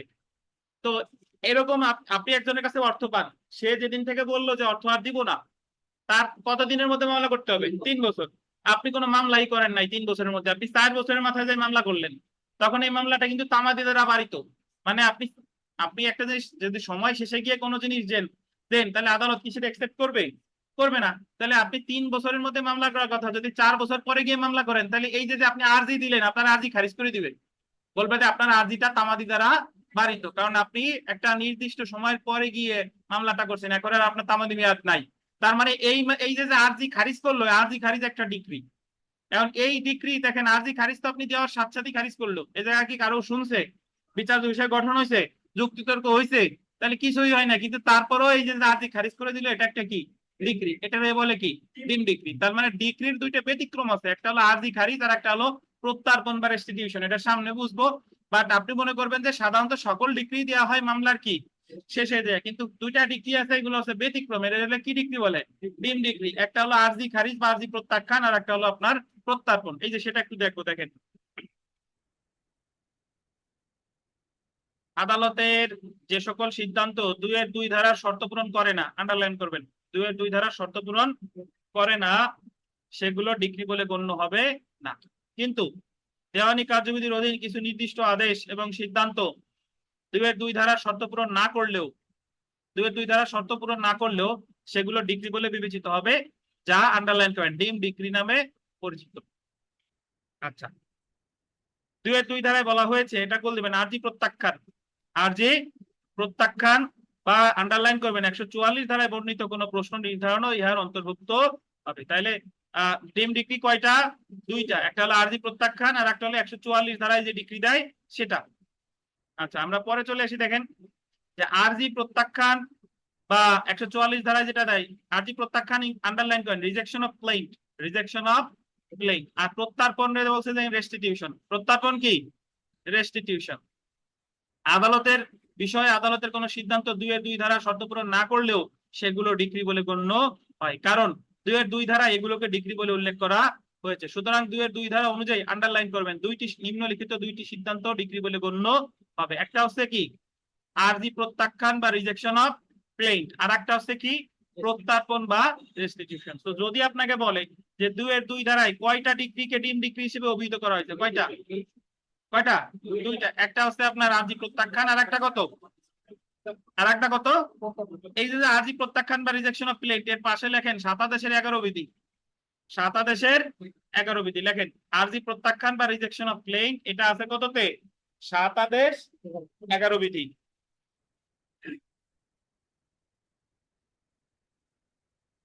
আর রেস্টিটিউশন বা প্রত্যার্পণ এটার পাশে লেখেন 144 ধারা, দেওয়ানি কার্যবিধির 144 ধারা। তো যদি আপনাকে বলে যে আরজি প্রত্যাখ্যান কততে আছে? 7 আদেশের 11 বিধি। যদি বলে রেস্টিটিউশন বা প্রত্যার্পণ আছে কততে? আচ্ছা, ধন্যবাদ। আরজি প্রত্যাখ্যান কেন করে? আরজি প্রত্যাখ্যান দেখেন, আরজি প্রত্যাখ্যান বা রিজেকশন অফ ক্লেইম সামনে আমরা বিস্তারিত করব, বাট এই জায়গায় একটু ধারণা দিচ্ছে। দেখেন, আদালত কর্তৃক আরজি প্রত্যাখ্যান বা নাকচের সিদ্ধান্ত 2-2 ধারা অনুযায়ী ডিগ্রি, অর্থাৎ আন্ডারলাইন করবেন 7 আদেশের 11 বিধিতে উল্লেখিত কোনো কারণে, যেমন আন্ডারলাইন করবেন মামলার কারণ উল্লেখ না থাকলে, অর্থাৎ আপনি একটা আরজি দিতেন কিন্তু আরজিতে কোথাও উল্লেখ নাই যে কি কারণে আপনি মামলাটা করছেন, তাহলে আরজি কি করে দিবে? খারিজ করে দিবে। মকদ্দমাটি আইন দ্বারা বাড়িত হলে, আইন দ্বারা বাড়িত হলে মনে ধরেন আপনি তামাদি দ্বারা শেষ হয়ে মানে তামাদি মেয়াদ শেষ, তাহলে আপনি যদি মামলা করতে যান আপনার আরজি কি করে দিবে? খারিজ করে দিবে। অথবা একটা ফৌজদারি মামলা, মারামারির মামলা যদি দেওয়ানি আদালতে দায় করেন, আরজি কি করে দিবে? খারিজ করে দিবে। কারণ মারামারি মামলা হওয়ার কথা কোথায়? ফৌজদারি আদালতে। দেওয়ানি আদালতে কি হবে? হবে না। সো এই ক্ষেত্রে মকদ্দমাটি আইন দ্বারা বাড়িত হলে আদালত আরজি প্রত্যাখ্যানের আদেশ দিতে পারে।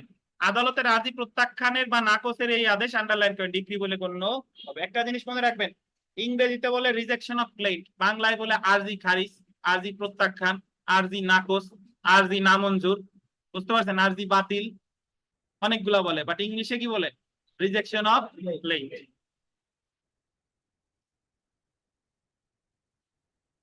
আচ্ছা, প্রত্যার্পণ। প্রত্যার্পণ দেখেন, রেস্টিটিউশনের বিষয়ে আদালতের কোনো সিদ্ধান্ত। রেস্টিটিউশন আসলে কি জিনিস এটা আপনারা এখন বেশ একটু পড়ি, দেখেন সামনে ভালো বুঝবেন।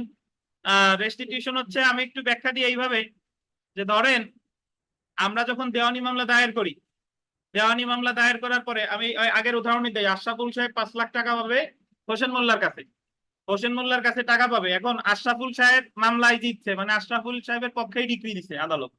এখন আশরাফুল সাহেব ডিগ্রি পাওয়ার সাথে সাথে হোসেন মোল্লা টাকা দিতে বাধ্য না, বরং আশরাফুল সাহেবের আরো একটা জারি মামলা করতে হয়। দেওয়ানি মামলায় ধরেন, ফৌজদারি মামলায় হয় কি, আসামিরে 2 মাসের কারাদণ্ড দিছে, সাথে সাথে গ্রেফতার করে কারাগারে নিয়ে গেছে। কিন্তু দেওয়ানি মামলার ক্ষেত্রে আপনি যাই পান না কেন, মামলায় জিতলেও ওই ফল ভোগ করার জন্য আবার উল্টা আপনার মামলা করা লাগে। এটার বলে জারি মামলা।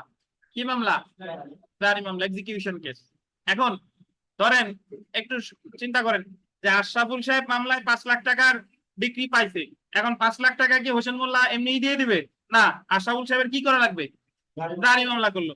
জারি মামলা করলে জারি মামলার প্রেক্ষিতে আদালত হোসেন মোল্লার 1 খণ্ড জমি বিক্রি করে 5 লাখ টাকা আশরাফুল্লে বুঝাই দিয়ে দিছে।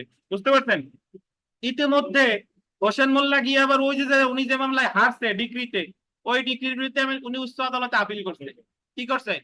আপিল করছে। আপিলে গিয়ে হোসেন মোল্লা দিচ্ছে, আপিলে গিয়ে বিচারিক আদালতের রায় উল্টা হয়ে গেছে। মানে আপিলে গিয়ে বললো যে হোসেন মোল্লার কাছে আশরাফুল কোনো টাকা পাবে না, আসলে কোনো টাকা পাবে না। কিন্তু আপিলে গিয়ে হোসেন মোল্লা জিতলেও অলরেডি টাকা পয়সা জারি মামলা করে আশরাফুল কি নিয়ে নিছে।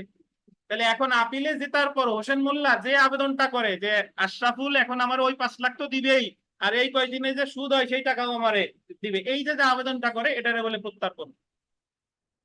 এখন বুঝবেন না, সামনে বুঝবেন, প্যাচের কথা আর কি। সহজ ভাষায় যেটা বলে যে আপনি মূল মামলায় জিতার পরে জারি মামলা করে ফল ভোগ করে নিছেন, পরবর্তীতে গিয়ে আপনি আপিলে গিয়ে হারছেন, তাহলে আপিলে গিয়ে হারলে আপিলে যে জিতছে সে যে আবেদনটা করে সেটাই বলে কি? প্রত্যার্পণ। আচ্ছা দেখেন, সিভিল প্রসিডিউর কোডের 144 ধারার অধীন প্রত্যার্পণ বিষয়ে আদালতের কোন সিদ্ধান্ত হলো ডিক্রি। কোন জিনিস তার আন্ডারলাইন করেন প্রকৃত মালিককে ফেরত দেওয়ার পন্থা হলো প্রত্যার্পণ। ওই যে 5 লাখ টাকার প্রকৃত মালিক ছিল হোসেন মোল্লা, তারে এবার যে ফিরাই দিচ্ছেন এটারই বলে কি? প্রত্যার্পণ। প্রত্যার্পণের নীতি হলো এই যে ডিক্রি সংশোধন বা বাতিলের সময় বা ভুল ডিক্রি থেকে মকদ্দমার যে কোনো পক্ষ আন্ডারলাইন করেন কোনো কিছু লাভ করেছে, ওই যে আশরাফুল লাভ করেছিল, সেই পক্ষ অপর পক্ষকে তাই প্রত্যার্পণ বা ফিরিয়ে দিবে, বা অপর পক্ষ উক্ত ভুল ডিক্রির জন্য যা হারিয়েছিল। ওই যে 5 লক্ষ টাকা ডিক্রি জারিতে হারাইছিল, পরে আপিলে গিয়ে উনি আবার দিচ্ছে, তাহলে 5 লক্ষ টাকা যে নিয়ে নিল, যে ফিরে পেলো আর কি, এটাকে বলে প্রত্যার্পণ। আদালতের ডিক্রি জারিতে যে সম্পত্তির দখল গ্রহণ করা হয়, ডিক্রি বাতিল হলে দেওয়ানি কার্যবিধির 144 ধারা অনুসারে ওই সম্পত্তির দখল প্রত্যার্পণ করতে হয় সেই ব্যক্তির নিকট যে ডিক্রি জারিতে উক্ত সম্পত্তির দখল হারিয়েছিল। কোন পক্ষের গোল দিবেন আবেদন ক্রমে আদালত প্রত্যার্পণের আদেশ দিতে পারে, এমন আদেশ দেওয়ানি কার্যবিধির 2-2 ধারা অনুযায়ী ডিক্রি বলে গণ্য হবে। আপনি আপাতত এতটুকু বুঝেন যে যা বললাম সেটাও যদি না বুঝেন ধরে নিবেন যে 2-2 ধারায় ডিম ডিক্রি বলছে কয়টারে? 2টারে। একটা হলো 7 আদেশের 11 বিধিতে আর্জি প্রত্যাখ্যান, আর একটা হলো 144 ধারায় কি? রেস্টিটিউশন বা প্রত্যার্পণ। রেস্টিটিউশন মানে হলো আপনি ডিক্রি জারিতে যা হারাইছিলেন সেটা আপনার কাছে ফেরত আসাকেই বলে কি? রেস্টিটিউশন বা প্রত্যার্পণ। এখন দেখেন, যে সিদ্ধান্তগুলো ডিক্রি না, 2-2 ধারা অনুযায়ী যে সিদ্ধান্তগুলো ডিক্রি না, এটা আপনি মনে রাখবেন। আমরা নরমালি জানি যে ডিক্রির সিদ্ধান্ত দেয় সবার শেষে গিয়ে না, তাহলে একটা মামলা চলাকালীন সময়ে যে বিভিন্ন সিদ্ধান্ত দেয় এগুলো অ্যাকচুয়ালি ডিক্রি না, এগুলো বলে কি? আদেশ। এগুলো বলে কি? আদেশ। দেখেন 2-2 ধারা অনুযায়ী নিম্নলিখিত নিম্নলিখিত 2টি সিদ্ধান্ত ডিক্রি হিসেবে উল্লেখ করা হয়নি। কি কি দেখেন? যে কোনো বিচারিক সিদ্ধান্ত বা আদালতের আদেশ, আন্ডারলাইন করেন, আদালতের আদেশ যার বিরুদ্ধে আদেশ হিসেবে আপিল করা যায়, যেমন আপিলযোগ্য আদেশ ডিক্রি বলে গণ্য হবে না। কোন কোন আদেশগুলো আপিলযোগ্য তা দেওয়ানি কার্যবিধি 43 আদেশে উল্লেখ করা হয়েছে, আন্ডারলাইন করেন। এটা এর সামনে বুঝবো এই কথার অর্থ, যে কোন কোন আদেশ আপিলযোগ্য তা দেওয়ানি কার্যবিধি 43 আদেশে উল্লেখ করা হয়েছে। যেমন আন্ডারলাইন করবেন অস্থায়ী নিষেধাজ্ঞার আদেশ, তারপরে আর্জি ফেরতের আদেশ ইত্যাদি আপিলযোগ্য আদেশ।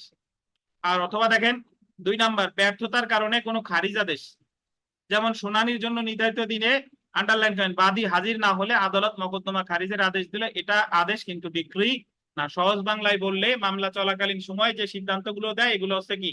আদেশ। আর একেবারে শেষ পর্যায়ে গিয়ে যা দেয় তাহলে কি? ডিক্রি। এখন সকল আদেশের বিরুদ্ধে আপিল করা যায় না, কিন্তু 2-1টা ছাড়া সকল ডিগ্রির বিরুদ্ধেই আপিল করা যায়। আপিল কিন্তু আপনারা বুঝেন, ফৌজদারি কার্যবিধিতে আপিল পড়ে আসছি না? আপিল হলো নিম্ন আদালতের সিদ্ধান্তে যদি কেউ সংক্ষুব্ধ হন তাহলে উচ্চ আদালতে যে নালিশ করি তারাই কি বলে? আপিল। তাহলে সকল ডিগ্রির বিরুদ্ধে আপিল করা যায়, 2-1টা ছাড়া, ব্যতিক্রম ছাড়া, কিন্তু সকল আদেশের বিরুদ্ধে কিন্তু আপিল করা যায় না। বুঝতে পারছেন? ক্রিকেট খেলা যারা দেখেন, দেখবেন যে ফুটবল খেলাও অনেক সময় দেখবেন, ক্রিকেট খেলায় যে অনেক সময় যে রিভিউ বলে, আম্পায়ার আউট দিছে আর এক পক্ষ এসে আপত্তি জানাইছে, রিভিউ। এখন রিভিউ মোড থাকে কয়টা? 2টা অথবা 3টা। 3টে শেষ হয়ে গেলে আর কিন্তু আপিল করা যায় না। তাহলে আদেশও এরকম, সকল আদেশের বিরুদ্ধে আপিল করা যায় না। কোন কোন আদেশের বিরুদ্ধে আপিল করা যায় এটা আমাদের দেওয়ানি কার্যবিধির যে 51টা আদেশ আছে, এই 51টা আদেশের 43 নাম্বার আদেশে বলা আছে যে কোন কোন আদেশের বিরুদ্ধে আপিল করা যায়। যাক, এটা লেস ইম্পর্টেন্ট, এখন গুরুত্বপূর্ণ না, সামনে গিয়ে বুঝবেন। আমরা ডিক্রির প্রকারভেদ পড়ি। দেখেন ডিক্রির প্রকারভেদ,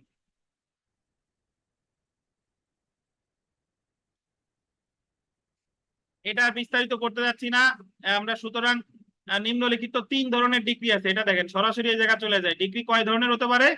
3 ধরনের। আপাতত এইটুকু মনে রাখেন, ডিগ্রি হতে পারে কয় ধরনের? 3 ধরনের। একটা হলো প্রাথমিক ডিগ্রি বা প্রিলিমিনারি ডিগ্রি, আর একটা দেখেন 2 নম্বরে বলছে কি? চূড়ান্ত ডিগ্রি। আর 3 নম্বরে আসেন যে আংশিক প্রাথমিক আংশিক চূড়ান্ত। সো আপনাকে যদি বলে যে ডিগ্রি কয় প্রকার, কি কি? প্রাথমিক ডিগ্রি, চূড়ান্ত ডিগ্রি, আংশিক প্রাথমিক, আংশিক চূড়ান্ত। আচ্ছা, আমরা প্রাথমিক ডিগ্রি সংজ্ঞা একটু পড়ি। দেখেন প্রিলিমিনারি ডিগ্রি, ডিগ্রি তখনই প্রাথমিক হয় যখন মামলা চূড়ান্ত নিষ্পত্তির জন্য আরো ব্যবস্থা গ্রহণের প্রয়োজন থাকে। প্রাথমিক ডিগ্রিটি চূড়ান্তভাবে নিষ্পত্তি করা হয় চূড়ান্ত ডিগ্রির মাধ্যমে। মানে অনেক মামলা আছে যে মামলায় আপনার 2টা ডিগ্রি দেয়, ধরেন বাটোয়ারার মামলা। বাটোয়ারার মামলা কারে বলে? ধরেন এই জায়গায় এই যে আরিফ সাহেব, টুটুল, তানবীরের হলো 3 ভাই। এখন তানবীরের সম্পত্তি ওনরা বুঝাই দেয় না, তখন তানবীর গিয়ে বাটোয়ারা মামলা করে দিছে যে আমার বাপের সম্পত্তি যাতে ঠিকঠাক ভাবে ভাগ করে দেওয়া হয়। তখন এই ধরনের মামলায় 2টা ডিগ্রি দেয় আদালত, প্রথমে দেয় প্রাথমিক ডিগ্রি, পরে দেয় কি চূড়ান্ত ডিগ্রি। কিন্তু সকল দেওয়ানি মামলায় কিন্তু 2টা ডিগ্রি হয় না, কিছু কিছু দেওয়ানি মামলায় 2টা ডিগ্রি হয়।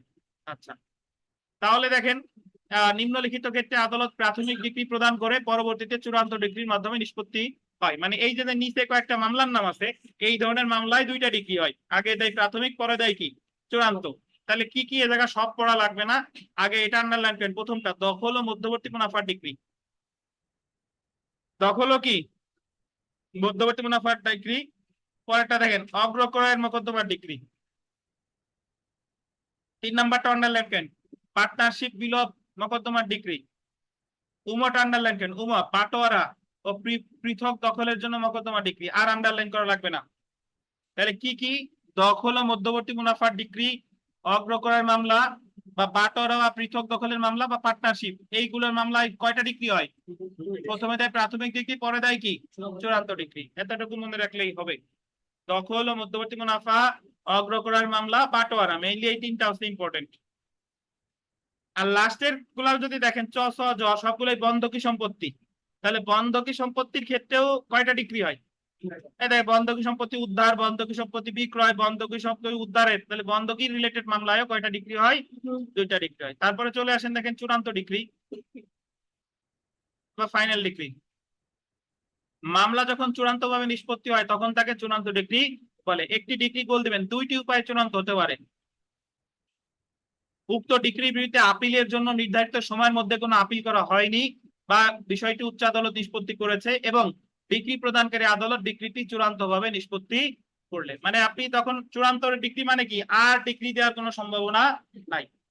যখন একটা ডিগ্রির বিরুদ্ধে আপিলের একটা বিধান আছে কিন্তু কেউ আপিল করে নাই, তখন ওই ডিগ্রিটা হয়ে যাবে কি চূড়ান্ত ডিগ্রি। অথবা আপিল আদালত যে ডিগ্রিটা দিল সেটাও হচ্ছে আপনার কি চূড়ান্ত ডিগ্রি। আপাতত এইটুকু মনে রাখলেই হবে। আর কোন কোন ডিগ্রি আছে আন্ডারলাইন করেন, আংশিক চূড়ান্ত, আংশিক প্রাথমিক। 3 নাম্বার দেখেন আংশিক চূড়ান্ত, আংশিক প্রাথমিক, পার্টলি প্রিলিমিনারি, পার্টলি ফাইনাল। এটা আসলে কি আংশিক প্রাথমিক এবং আংশিক চূড়ান্ত ডিগ্রি একটি ডিগ্রি হিসেবে গণ্য হয়। অর্থাৎ কোনো একটি ডিগ্রি আংশিক প্রাথমিক হলে অবশিষ্ট অংশ আংশিক চূড়ান্ত। কোন ডিগ্রি শুধুমাত্র আংশিক প্রাথমিক এবং আংশিক চূড়ান্ত হতে পারে না। মধ্যবর্তী মুনাফা সহ দখল, আন্ডারলাইন করবেন, মধ্যবর্তী মুনাফা সহ দখল পুনরুদ্ধারের মকদ্দমায় দখল পুনরুদ্ধারের ডিগ্রি হলো চূড়ান্ত, কিন্তু মধ্যবর্তী মুনাফার ডিগ্রি হলো প্রাথমিক ডিগ্রি। এমন ক্ষেত্রে যদিও একটি ডিগ্রি দেওয়া হয় তবুও এটা আংশিকভাবে প্রাথমিক, আংশিকভাবে চূড়ান্ত ডিগ্রি বলে। আপাতত এইটুকু মনে রাখেন, সামনে গিয়ে বিস্তারিত বোঝাবো। তাহলে ডিগ্রির প্রকারভেদ কয়টা ভাই? প্রাথমিক ডিগ্রি, চূড়ান্ত ডিগ্রি, আংশিক প্রাথমিক, আংশিক চূড়ান্ত। জেনে রাখা ভালো। দেখেন আপোষ মীমাংসার মাধ্যমে প্রদত্ত ডিগ্রি হলো সোলে ডিগ্রি বা কম্প্রোমাইজ ডিগ্রি, আন্ডারলাইন করেন। আদেশ 23 বিধিগত 3টি স্টার দেন। পরীক্ষায় প্রশ্ন আসবে যে কম্প্রোমাইজ ডিগ্রি সম্পর্কে বা সোলে ডিগ্রি সম্পর্কে আলোচনা করছে কত দ্বারায়? 23 আদেশের 3 বিধি। এই জায়গা নিচে লেখেন সম্মতি সূচক ডিগ্রি, আর এক নাম হচ্ছে সম্মতি সূচক ডিগ্রি।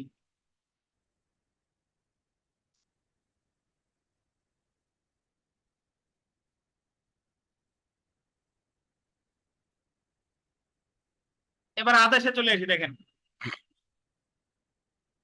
তারা আদেশের সংজ্ঞা দিছে কত? 2-14। দেখেন আদেশ অর্থ হলো দেওয়ানি আদালতের, আন্ডারলাইন করেন, এমন কোন আনুষ্ঠানিক সিদ্ধান্ত যা ডিগ্রি নয়। মানে এমন কোন সিদ্ধান্ত যা কি নয়, ডিগ্রি নয়। যেমন দেওয়ানি আদালত কর্তৃক, আন্ডারলাইন করেন, আর্জি ফেরতের আদেশ, রায়ের পূর্বে সম্পত্তি ক্রয়, রায়ের পূর্বে আটক, এর সিদ্ধান্ত হলো আদেশ। একটা মামলা চলাকালীন সময় যে যে সিদ্ধান্ত দেয় সবগুলাই কি আদেশ। আদেশ 2 প্রকার হতে পারে, যথা আপিল যোগ্য আদেশ। কি বলছে? আপিল যোগ্য আদেশ। আর একটা হলো কি আপিল অযোগ্য আদেশ। আপিল যোগ্য আদেশ আর আপিল অযোগ্য আদেশ। তাহলে ডিগ্রি কয় প্রকার ছিল? 3 প্রকার। আর আদেশ কয় প্রকার? একটা হলো আপিল যোগ্য আদেশ, আর একটা কি আপিল অযোগ্য আদেশ। জেনে রাখা ভালো। দেখেন কোন কোন আদেশের বিরুদ্ধে আপিল করা যায় আন্ডারলাইন করবেন, তা দেওয়ানি কার্যবিধি 43 আদেশে এবং 104 ধারায় উল্লেখ করা হয়েছে। অর্থাৎ আপিল যোগ্য আদেশ সম্পর্কে বলছে 43 আদেশে, আর ধারা কত?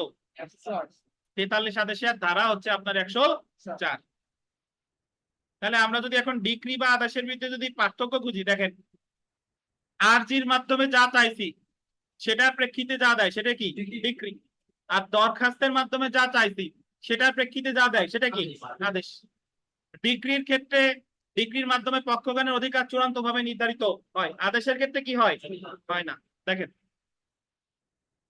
ডিক্রি এবং আদেশের মধ্যে পার্থক্য হলো, ডিক্রি চূড়ান্ত ভাবে আন্ডারলাইন করবেন, চূড়ান্ত ভাবে মামলার পক্ষদ্বয়ের অধিকার এবং কর্তব্য নির্ধারণ করে, কিন্তু আদেশ মামলার পক্ষদ্বয়ের অধিকার বা কর্তব্য চূড়ান্ত ভাবে নির্ধারণ করতে পারে, আবার কি নাও পারে। প্রত্যেক ডিগ্রি আন্ডারলাইন করেন আপিল যোগ্য, কিছু কিছু শর্ত ছাড়া প্রতিটা ডিগ্রি কি আপিল যোগ্য, কিন্তু সাধারণত আদেশ আপিল যোগ্য না। শুধুমাত্র সেই সকল আদেশের বিরুদ্ধে আপিল করা যায় যেগুলোকে দেওয়ানি কার্যবিধির আন্ডারলাইন করেন 43 আদেশে বা 104 ধারায় আপিল যোগ্য আদেশ হিসেবে উল্লেখ করা হয়েছে। সকল ডিগ্রি দুই একটা ছাড়া সকল ডিগ্রির বিরুদ্ধে আপিল করা যায়, কিন্তু সকল আদেশের বিরুদ্ধে কিন্তু আপিল করা যায় না। কোন কোন আদেশের বিরুদ্ধে আপিল করা যায় এটা আছে দেওয়ানি কার্যবিধি 43 আদেশে আর 104 ধারায়। তারপরে দেখেন এই লাইনটা গুরুত্বপূর্ণ, পরের পয়েন্টটা, সাধারণত আরজিতে যে বিষয়ে প্রতিকার চাওয়া হয়েছে সেই বিষয়ে আদালতের সিদ্ধান্ত হলো ডিক্রি। খুবই গুরুত্বপূর্ণ একটা জিনিস, আরজিতে যে বিষয়ে প্রতিকার চাওয়া হয়েছে সেই বিষয়ে সিদ্ধান্ত হলো কি ডিক্রি। এবং পিটিশন বা দরখাস্ত দায়েরের মাধ্যমে যে বিষয়ে আদালতের কোনো সিদ্ধান্ত চাওয়া হয়েছে সেটা হলো কি আদেশ।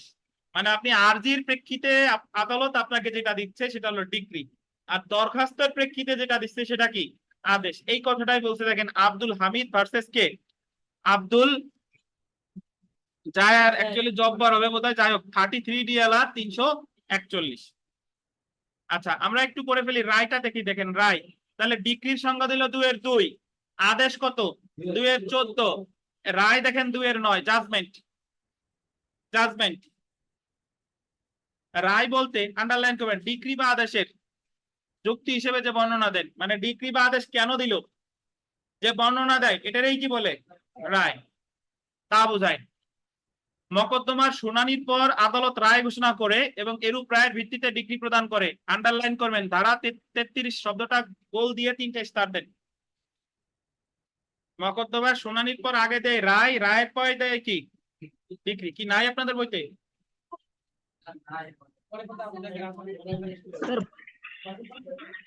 পাইছেন? অবশ্যই আছে, নতুন বইতে 800 আছে। হ্যাঁ নতুন বইয়ের 872। হ্যাঁ রায় দিতে কততে 2-9। আচ্ছা আর নামাজের আগে শেষ দুইটা সাবসেকশন পড়ে ফেলি। যার পক্ষে ডিক্রি দেয়, দেখেন 2-3 ধারায় বলতেছে যার পক্ষে ডিক্রি দেয় তার বলে ডিক্রি হোল্ডার। এই যে দেখেন আদালত যে ব্যক্তির পক্ষে ডিক্রি বা জারি করার যোগ্য কোন আদেশ দেয় সেই ব্যক্তিকে বলে ডিক্রি হোল্ডার বা ডিক্রি হোল্ডার। আর 2-10 বলছে জাজমেন্ট ডেপ্টর, কেউ পড়বেন না ডেটর, ডয়েকার টোয়ার র, ডেটর, বুঝতে পারছেন? ডেপ্টর বলবেন না, কেউ কি বলবেন জাজমেন্ট ডেটর। এটা হলো আদালত যে ব্যক্তির বিরুদ্ধে ডিক্রি বা জারির যোগ্য কোনো আদেশ দেয় সেই ব্যক্তিকে দায়ী করল, অর্থাৎ যার পক্ষে ডিক্রি দেয় তারে বলে ডিক্রিদার 2-3, আর যার বিপক্ষে ডিক্রি দেয় তারে বলে কি দায়িক বা জাজমেন্ট ডেটর। দায়িকের নিচে লেখেন রায়ের নির্ণীত দেনাদার। রায়ের দায়িকের আরেকটা বাংলা হচ্ছে রায়ের নির্ণীত দেনাদার। রায়ের নির্ণীত দেনাদার কি মনে হয়েছে লিখবেন না? কি দায়িক নাই আপনার বইতে? আছে শিওর?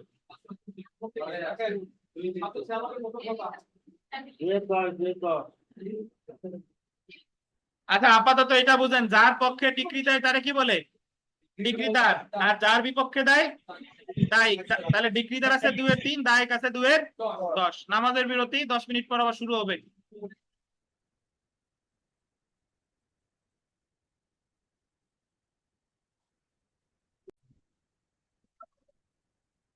দেখেন আমরা পড়ায় ফিরি, সেটা হচ্ছে যে এতক্ষণ আমরা বিরতির আগে যেটা পড়লাম যে 2-2 ধারায় প্রদান করা হয়েছে ডিক্রি, সংজ্ঞা প্রদান করা হয়েছে ডিক্রি। ডিক্রি পক্ষগণের অধিকার, মামলার পক্ষগণের অধিকার চূড়ান্ত ভাবে নির্ধারণ করে। এবং ডিক্রি সাধারণত একটা মামলার কখন গিয়ে দেওয়া হয়, শেষ পর্যায়ে গিয়ে দেওয়া হয়। তবে 2-2 ধারায় দুইটা ডিক্রি বলছে, যেটা 2-2 শর্ত পূরণ না করলেও ডিক্রি বলে গণ্য হবে, সেই দুইটা ডিক্রিকে বলে ডিম ডিক্রি। একটা হচ্ছে আপনার রিজেকশন অফ ক্লেইম আর একটা হচ্ছে আপনার রেস্টিটিউশন। রিজেকশন অফ ক্লেইম সম্পর্কে বলা আছে 7 আদেশের 11 বিধিতে, রেস্টিটিউশন সম্পর্কে বলা আছে কত ধারায় 144 ধারায়। আর দু একটা বাদে সাধারণত কিছু ব্যতিক্রম ছাড়া সকল ডিক্রি আপিল যোগ্য। আচ্ছা এছাড়া আদেশ, আদেশ সম্পর্কে বলা হয়েছে 2-এর কততে 14-তে। এবং আদেশের মাধ্যমে পক্ষগণের অধিকার চূড়ান্তভাবে নির্ধারিত হয় না, মামলা চলাকালীন সময় আদেশ প্রদান করা হয়ে থাকে। আচ্ছা, আর আদেশ কিন্তু আপনার দুই প্রকার, একটা হলো আপিলযোগ্য আদেশ আর একটা হলো আপিল অযোগ্য আদেশ। আপিলযোগ্য আদেশ সম্পর্কে বলছে দেওয়ানি কার্যবিধির 104 ধারা এবং 43 আদেশে। আচ্ছা, এছাড়া আমরা পড়েছি আপনার রায় বা জাজমেন্ট, আদেশ বা ডিক্রি কেন প্রদান করা হলো, এই যে ভিত্তি সমূহের যে বর্ণনা, এটাকেই বলে কি রায়। সো রায় সম্পর্কে বলছে 2-এর কততে 9। এরপরে আমরা পড়ছি ডিক্রি হোল্ডার, যার পক্ষে ডিক্রি দেওয়া হয়, যে ব্যক্তির পক্ষে ডিক্রি দেওয়া হয় তাকে বলে কি ডিক্রিদার বা ডিক্রি হোল্ডার। এটা আছে কত 2-এর 3, 2-এর 3। এছাড়া আমরা পড়লাম 2-এর 10, যেখানে বলা হয়েছে দায়িক বা রায়ের নির্ণীত দেনাদার বা যাকে বলে জাজমেন্ট ডেটর, অর্থাৎ যার বিপক্ষে ডিক্রি দেওয়া হয় তারাই কি বলে দায়ী। আমরা চলে আসি বিগত বছরের প্রশ্নে, একটু দেখি। দেখেন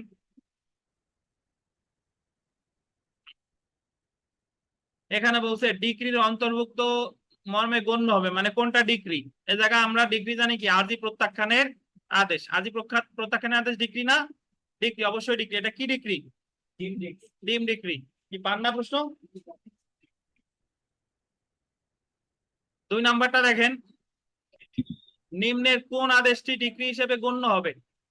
কোন আদেশটা ডিক্রি হিসেবে গণ্য হবে? একই, আর্জি প্রত্যাখ্যানের আদেশ। 4 নাম্বারটা দেখেন, 4 নাম্বার যে সিভিল প্রসিডিউর কোডের 144 ধারায় প্রত্যার্পণ বিষয়ে কোনো সিদ্ধান্ত হলে সেটি হবে একটা কি প্রত্যার্পণ আদেশ না, প্রত্যার্পণ তো ডিম ডিক্রি, মনে নাই? ডিম ডিক্রি, জি। 5 নাম্বার প্রশ্নটা দেখেন যে দেওয়ানি কার্যবিধি 7 আদেশের 11 বিধান মতে আরজি নাকচের সিদ্ধান্ত মূলত একটা কি আরজি যদি নাকচ বলে, আরজি প্রত্যাখ্যান, আরজি খারিজ, আরজি নামঞ্জুর, আরজি বাতিল, সবগুলাই হচ্ছে রিজেকশন অফ ক্লেম। তাহলে সেলফ প্র্যাকটিসে দেখেন, সেলফ প্র্যাকটিসের 5 নাম্বার প্রশ্নটা দেখেন। 5 নাম্বার যে দেওয়ানি কার্যবিধির 2-এর 2 ধারায় কয় ধরনের ডিক্রি স্বীকৃতি দেওয়া হয়েছে? কয় ধরনের? কয় ধরনের বলেন? 3 ধরনের। 3 ধরনের। আচ্ছা,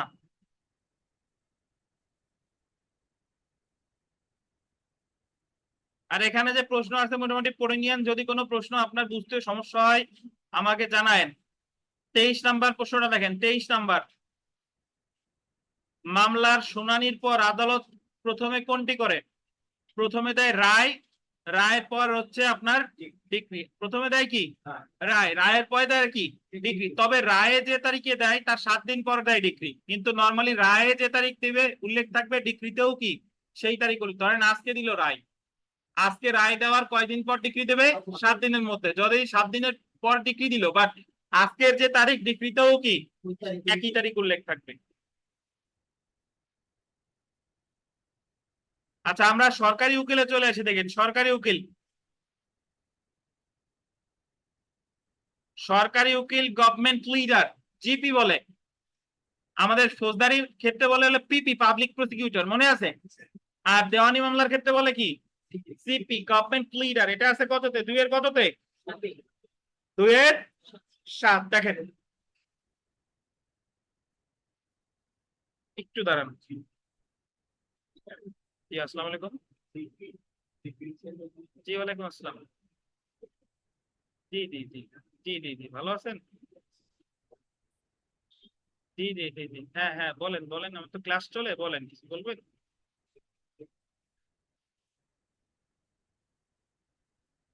উনি কথা বলবেন, ওনার সাথে দেবো আপনার হাজবেন্ড। হ্যালো,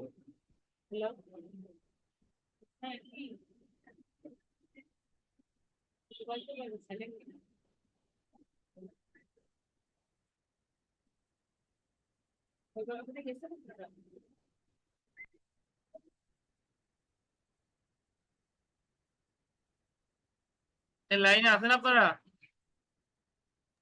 জি স্যার আছি স্যার। স্যার আছি। সরকারি উকিলের সংজ্ঞা দেওয়া হয়েছে 2-এর 7-এ। দেখেন সরকারি উকিল বলতে দেওয়ানি কার্যবিধির অধীন সুস্পষ্টভাবে বর্ণিত সকল বা যে কোনো কার্য সম্পাদন করার উদ্দেশ্যে, আন্ডারলাইন করবেন, সরকার কর্তৃক নিযুক্ত অফিসারকে বোঝায়, বা সরকারি উকিলের নির্দেশ অনুযায়ী কার্যরত অপর কোনো উকিলকে বোঝায়। তাহলে সরকার যাকে নিয়োগ দেবে সেই হচ্ছে সরকারি উকিল, আর সরকারি উকিলও যারে আপনার কার্যকর মানে কাজ করতে বলবে সেও সরকারি উকিল হিসেবে বিবেচিত হবে। তো গভর্নমেন্ট লিডারের সংজ্ঞা দিছে কততে বলেন? 2 এর কত? 2-7। আচ্ছা, তারপরে দেখেন, বলেন তো শুধু প্লিডারের সংজ্ঞা দিছে কততে? 2-15। শুধু একটু 2-15 দিয়ে লেখেন প্লিডার। প্লিডার মানে শুধু প্লিডার মানে শুধু উকিলের সংজ্ঞা দিছে দেওয়ানি কার্যবিধির 2-15-তে। 2-15। যদি আপনাকে বলে গভর্নমেন্ট প্লিডার তাহলে 2-7। যদি বলে শুধু প্লিডার তাহলে কত? 2-15। আর এখানে প্লিডার বলতে উকিল বোঝানো হয়েছে, বুঝতে পারছেন? 2-11 দেখেন, আইনানুগ প্রতিনিধি বা লিগাল রিপ্রেজেন্টেটিভ। আইনানুগ প্রতিনিধি বা কি লিগাল রিপ্রেজেন্ট। আইনানুগ প্রতিনিধি আসলে কারে বলে? ধরেন আপনি মারা গেলে আপনার সম্পত্তির প্রতিনিধিত্ব যে করে সে হচ্ছে লিগাল রিপ্রেজেন্টেটিভ। আপনি মারা গেলে আপনার ছেলে আছে, মেয়ে আছে, ওয়াইফ আছে, এই তিনজনই হচ্ছে আপনার কি লিগাল রিপ্রেজেন্টেটিভ। আপনি মারা গেলে আপনি বিয়ে শাদী করেন না, আপনার শুধু ভাই আছে, তাহলে লিগাল রিপ্রেজেন্টেটিভ কে? শুধু ভাই, বুঝতে পারছেন? তার মানে আপনি যে ধর্মাবলম্বী হন না কেন, যদি আপনি মারা গেলে আপনার সম্পত্তি যারা পাবে তাদেরকে কি বলে? লিগাল রিপ্রেজেন্টেটিভ বা আইনগত প্রতিনিধি। দেখেন, আইনানুগ প্রতিনিধি হলো সেই ব্যক্তি যে, আন্ডারলাইন করেন, মৃত ব্যক্তির সম্পত্তির প্রতিনিধিত্ব করে। যে কথা আমি বললাম যে মৃত ব্যক্তির সম্পত্তির প্রতিনিধিত্ব যে করে তাকেই কি বলে? Legal representative. যে ব্যক্তি মৃত ব্যক্তির সম্পত্তি পরিচালনা করে এবং যে ব্যক্তি মৃত ব্যক্তির প্রতিনিধি হিসেবে, আন্ডারলাইন করেন, মকদ্দমা করে বা মৃত ব্যক্তির প্রতিনিধি হিসেবে যার বিরুদ্ধে মামলা করা যায়। যেমন দেখেন, উত্তরাধিকার, উইলের নির্বাহক, মহান্ত, সেবায়েত। উত্তরাধিকার আসলে কারে বলে? উত্তরাধিকার তো বুঝেন, যেটা আমি ব্যাখ্যা দিলাম, আপনি মারা গেলে যারা থাকে তারাই আপনার উত্তরাধিকার। উইলের নির্বাহক কারে বলে? উইলের নির্বাহক মানে হচ্ছে যে, ধরেন মাসুদ মারা যাওয়ার আগে একটা উইল করে গেছে যে মাসুদ মারা গেলে তার সকল সম্পত্তির অধীন সাহেব পাবে। এখন উইল করে গেলেই হয় না, উইলের একজন এক্সিকিউটর বলে নির্বাহক। মানে মাসুদ মারা যাওয়ার পরে নির্বাহক ঠিক করে গেছে আমার রুবেল ফকির রে, মাসুদ যখন মারা যাবে তখন ওই উইল নিয়ে রুবেল ফকির আবার জেলা জজ আদালতে মামলা করবে, বুঝতে পারছেন? মামলা করার প্রেক্ষিতে আদালত ওই সম্পত্তির রতিন সাহেবকে বুঝাই দিবে। তা মাঝের যে ব্যক্তি রুবেল ফকির, এই যে ওনারা বলে উইলের এক্সিকিউটর বা উইলের নির্বাহক, বুঝতে পারছেন? উনি কিন্তু ওই সম্পত্তির মালিক না। মাসুদ মারা যাওয়ার পর সম্পত্তি পাবে কে? রতিন সাহেব। কিন্তু যারা দায়িত্ব দিয়ে গেল যে তুমি মারা যাওয়ার পরে উইল কার্যকর করার জন্য মামলা করতে হয়, এই যে যে মামলাটা করে যারা দায়িত্ব দিয়ে গেল তারে কি বলে? উইলের নির্বাহক। তাহলে উইলের নির্বাহক একজন লিগাল রিপ্রেজেন্টেটিভ। মহান্ত, মহান্ত কারে বলে? ধরেন হিন্দু দের মধ্যে দাতব্য উদ্দেশ্যে যে সম্পত্তি দান করে দেয়, ধরেন একটা মন্দির দেখাশোনা যে করে, দাতব্য উদ্দেশ্যে দান করে দিয়ে গেছে রতিন সাহেব মারা যাওয়ার আগে, তাহলে ওই সম্পত্তি দেখাশোনা যে করে তাহলে বলে মহান্ত। কি বলে? বলেন মহান্ত। আর মুসলিম ধর্মাবলম্বী যারা, সেই ক্ষেত্রে ওয়াকফ করে, ওয়াকফ সম্পত্তি যদি দান করে দিয়ে যায় তাহলে ওয়াকফের সম্পত্তি যারা দেখাশোনা করে তারা বলে সেবায়েত।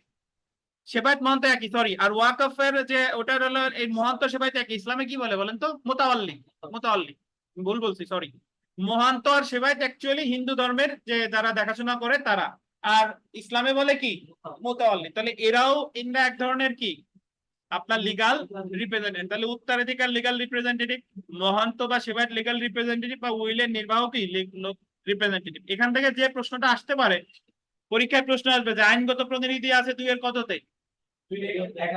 আইনগত প্রতিনিধি বলতে বোঝায় যে সম্পত্তি কি করে? প্রতিনিধিত্ব করে, বা যে আপনার পক্ষে মামলা করতে পারে, বা যে আপনার বিরুদ্ধে মামলা লড়তে পারে, এরা সবাই কি আইনগত প্রতিনিধি। জজ দেখেন, জজ 2-8।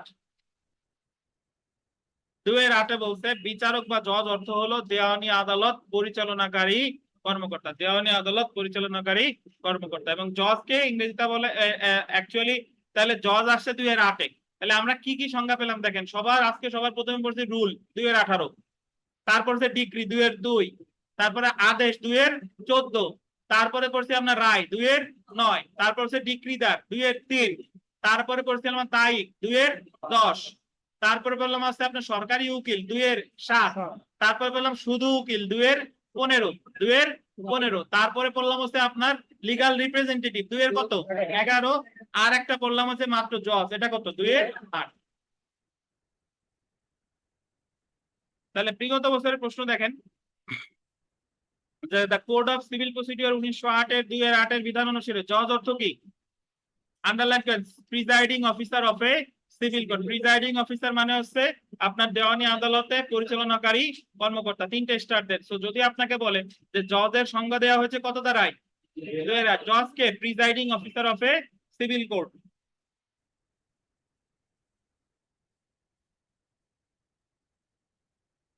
আচ্ছা, 1 নম্বর প্রশ্নটা দেখেন যে নিম্নের কোন ব্যক্তি আইন প্রতিনিধি হিসেবে গণ্য হবে?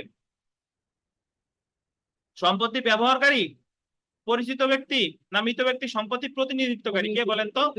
ব্যবহারকারী হবে না, কিন্তু কি হবে? প্রতিনিধিত্বকারী। 2 নাম্বার প্রশ্নটা দেখেন, এক্স তার এক পুত্র ওয়াই এবং বিবাহিত এক মেয়ে জেড কে রেখে মারা গেছে। মানে এক পুত্র আছে, এক ওয়াই আছে, মানে এক পুত্র আর এক মেয়ে আছে। তাহলে এক্স কর্তৃক দায়েরকৃত মকদ্দমা তার মৃত্যুর পর পরিচালিত হতে পারে কে কর্তৃক? বলেন তো? ওয়াই এবং জেড উভয় কর্তৃক আইনানুগ প্রতিনিধি হিসেবে, মানে যারা রেখে গেছে তারাই প্রতিনিধি হিসেবে মামলা পরিচালনা করতে পারে। 4 নাম্বার প্রশ্নটা দেখেন, 4 নাম্বার যে দেওয়ানি কার্যবিধির অধীন বিচারক অর্থ হলো কি? দেওয়ানি আদালত পরিচালনাকারী কর্মকর্তা। আমরা আরো একটা সংজ্ঞায় চলে এসে দেখেন, মধ্যবর্তী মুনাফা।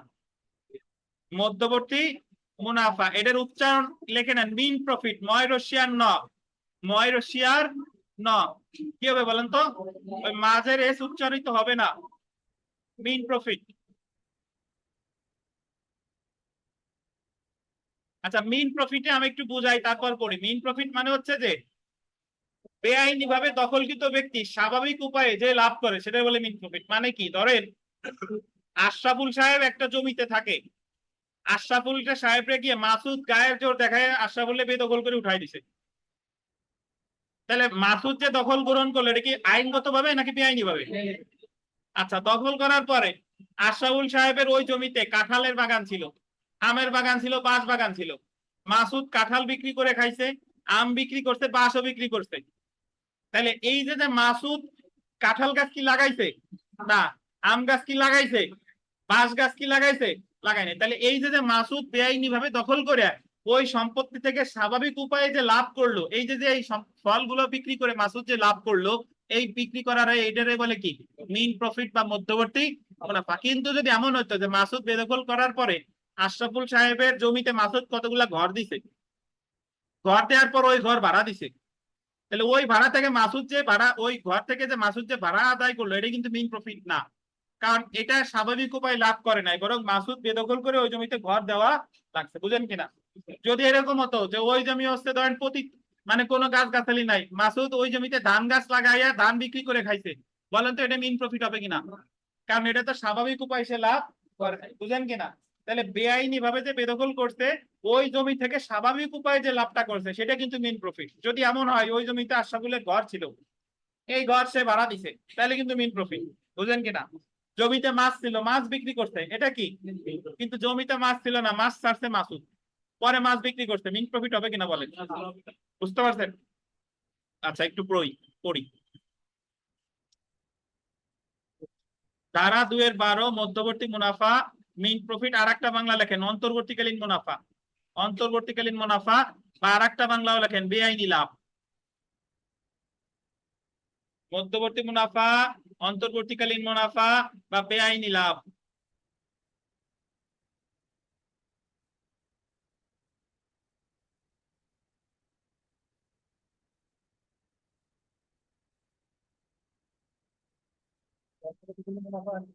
বেআইনি লাভ, বেআইনি লাভ।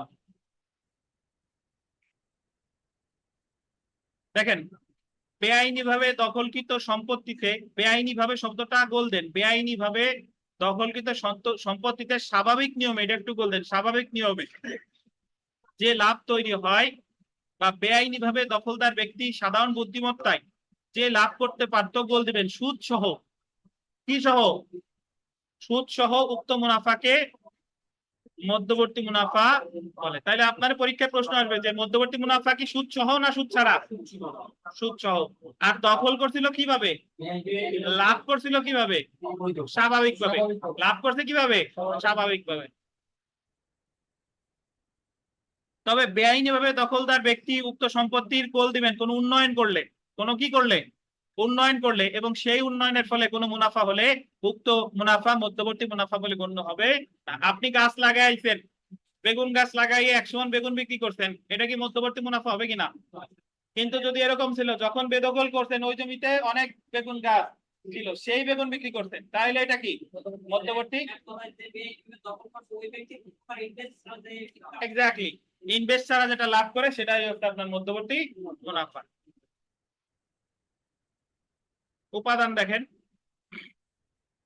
যে মধ্যবর্তী মুনাফার ক্ষেত্রে গোল দিবেন, বাদীকে প্রমাণ করতে হবে। বাদী শব্দটা গোল দেন, বাদীকে প্রমাণ করতে হবে। কার মামলা? তো বাদীই করে নাকি, যে সে উক্ত সম্পত্তির মালিক, তার দেখাইতে হবে যে সে হলো ওই সম্পত্তির মালিক। এবং বিবাদী কর্তৃক, আন্ডারলাইন করেন, বেআইনি বিবাদী কর্তৃক বাদীর সম্পত্তিতে বেআইনি বা অন্যায় দখলে থাকা, মানে বিবাদী তারে অন্যায় ভাবে বেদখল করেছে। আর বেআইনি দখলদার বিবাদী উক্ত সম্পত্তি হইতে, আন্ডারলাইন করেন, সাধারণ বুদ্ধিমত্তায় মুনাফা গ্রহণ করেছেন। সেই ক্ষেত্রে সুদ সহ মুনাফা হলো মধ্যবর্তী মুনাফা। বাদী দখল উদ্ধারের মকদ্দমায় এই মধ্যবর্তী মুনাফার জন্য মকদ্দমা দায়ের করতে পারে। বলেন তো মধ্যবর্তী মুনাফার মামলার তামাদি মেয়াদ কতদিন আলম ভাই? লেখা আছে জায়গা? তাহলে বুঝলেন কিভাবে 3 বছর? হ্যাঁ, কোন জায়গা পড়ছিলেন? মাত্র একবার পরেই মনে থাকলো? হ্যাঁ, 100 লেখেন, তামাদি আইনের 109 অনুচ্ছেদে মধ্যবর্তী মুনাফার মামলার তামাদি মেয়াদ 3 বছর। মধ্যবর্তী 109 অনুচ্ছেদ, জি, মধ্যবর্তী মুনাফার মামলার তামাদি মেয়াদ কতদিন? 3 বছর।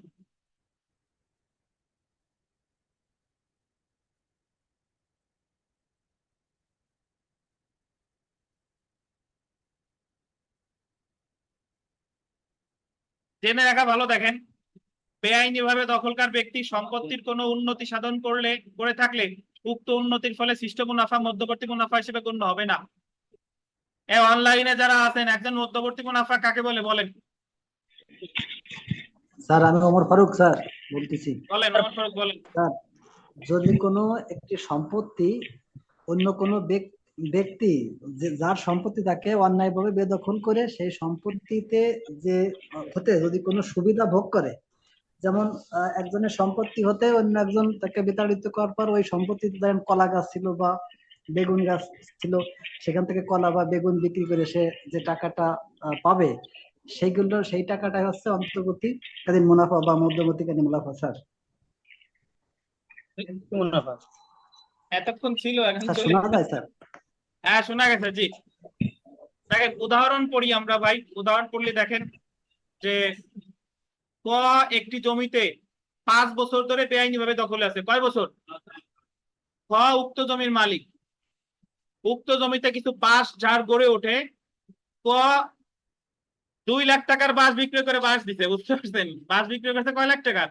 2 লাখ টাকা। এই 2 লাখ টাকা সুদ সহ তার মুনাফা মধ্যবর্তী মুনাফা বলে গণ্য হবে। কিন্তু যদি এমন হতো সে বেদখল করার পর বাঁশ গাছ সে নিজে লাগাইছে, তাহলে কি মধ্যবর্তী মুনাফা হতো? হবে না। তাহলে আমরা এখানে মধ্যবর্তী মুনাফার মামলার তামাদি মেয়াদ কত ভাই? দেখেন একটু আগে আমরা যখন ডিগ্রি প্রকারভেদ করছিলাম, ডিগ্রি কয় প্রকার? প্রিলিমিনারি মানে প্রাথমিক, চূড়ান্ত, আংশিক প্রাথমিক, আংশিক চূড়ান্ত। ওই জায়গা আমরা কয়েকটা প্রিলিমিনারি ডিগ্রির প্রকারভেদ করছিলাম যে মধ্যবর্তী মুনাফার দখল পুনরুদ্ধার মামলায় কয়টা ডিগ্রি হয়? 2টা ডিগ্রি। অর্থাৎ ধরেন যে লোক বেআইনি ভাবে আপনার বেদখল করছে, আপনি তার কাছ থেকে দখলও চাইতেছেন আবার মধ্যবর্তী মুনাফাও চাইতেছেন। আপনি মামলায় বললেন যে আমারে অমুক তারিখে সে বেদখল করতে, বেদখল করার পরে আমি তো দখল চাই, বরং এতদিন সে আমার আম গাছ থেকে আম, লিচু গাছ থেকে লিচু, বাঁশ ঝাড় থেকে বাঁশ এগুলা বিক্রি করে যে লাভ করছে, আমি মধ্যবর্তী মুনাফাও চাই। তাহলে এই ধরনের মামলায় ডিগ্রি হয় 2টা। আগে দেয় প্রাথমিক ডিগ্রি, আগে বলে যে মধ্যবর্তী মুনাফার ডিগ্রি দেয় আগে, বুঝতে পারছেন? পরে গিয়ে দেয় কি দখলের ডিগ্রি, চূড়ান্ত ডিগ্রির মাধ্যমে দখল ফিরায় দেয়, বুঝতে পারছেন? তাহলে এখন মধ্যবর্তী মুনাফা বুঝতে পারছেন যে মধ্যবর্তী মুনাফা কি? মধ্যবর্তী মুনাফা বুঝেন নাই কেউ? আছে না জায়গায়? হুজুর বুঝছি সাহেব স্যার। হুজুর সাহেব বলেন মধ্যবর্তী মুনাফা কি?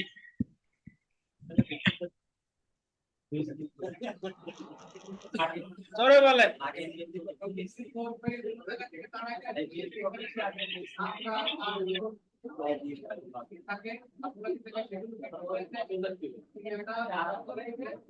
বলেন তো, বেআইনি ভাবে বেদখল করে কিছু নাই, কিন্তু বালি উত্তোলন করে বেচতেছেন বা মাটি কাটে বিক্রি করতেছেন, এটা মধ্যবর্তী মুনাফা হবে না? হ্যাঁ, মাটি বিক্রি করতেছে, অবশ্যই কি মধ্যবর্তী মুনাফা। জি ধন্যবাদ। 2020 সালের পরীক্ষায় একটা প্রশ্ন এসেছিল, দেখেন যে কোনটি মধ্যবর্তী মুনাফা হিসেবে গণ্য হবে না। উত্তর হচ্ছে এক্স, এল এর সম্পত্তি অবৈধ দখল করে সেখানে বাড়ি বানিয়ে ভাড়া দিল। বাড়ি বানিয়ে ভাড়া দিলে কি মধ্যবর্তী মুনাফা হবে? হবে না। যদি আগে থেকে বাড়ি থাকতো, ভাড়া দিলে তখন সেটা কি মধ্যবর্তী মুনাফা হতো? অবশ্যই হবে। বালুতে কাটতেছেন, বালু তো আর আপনি বেদখল করে ওই জায়গা তো আর বালু ভরেন নাই, তাহলে তার জমির বালি তো আপনি বিক্রি করতেছেন। আর যদি গোপাল ভাঁড়ের মতো বলে থাকেন ওই যে এরকম যে বালু, তো তাও ওইভাবে বললে হবে যে ধুলা জমতে জমতে বালু হয়ে গেছে।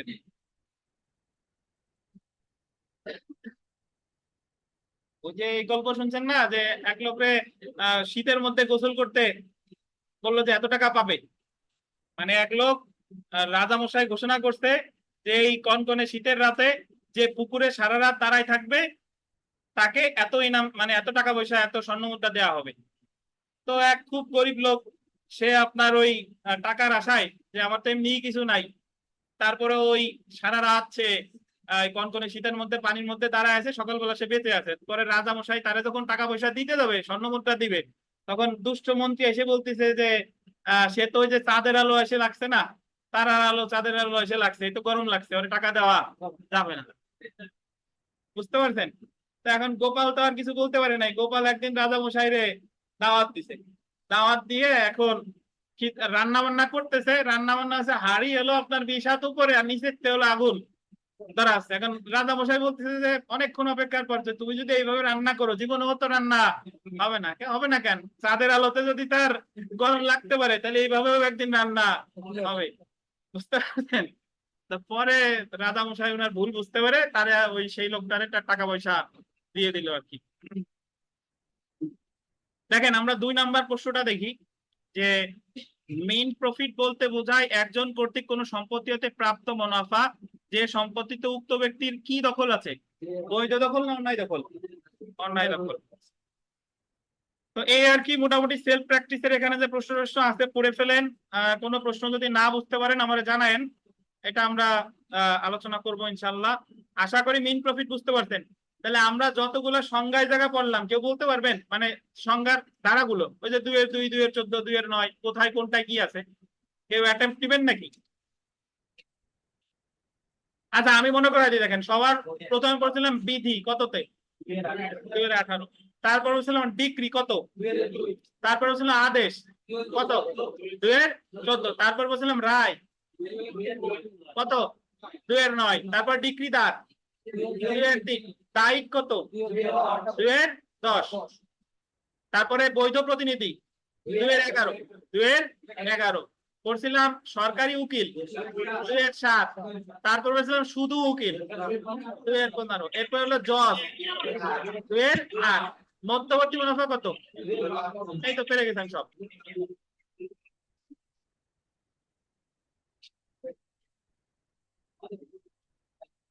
আচ্ছা আমরা আদালত সমূহতে চলে এসে দেখেন আদালত সমূহ, সিভিল কোর্ট।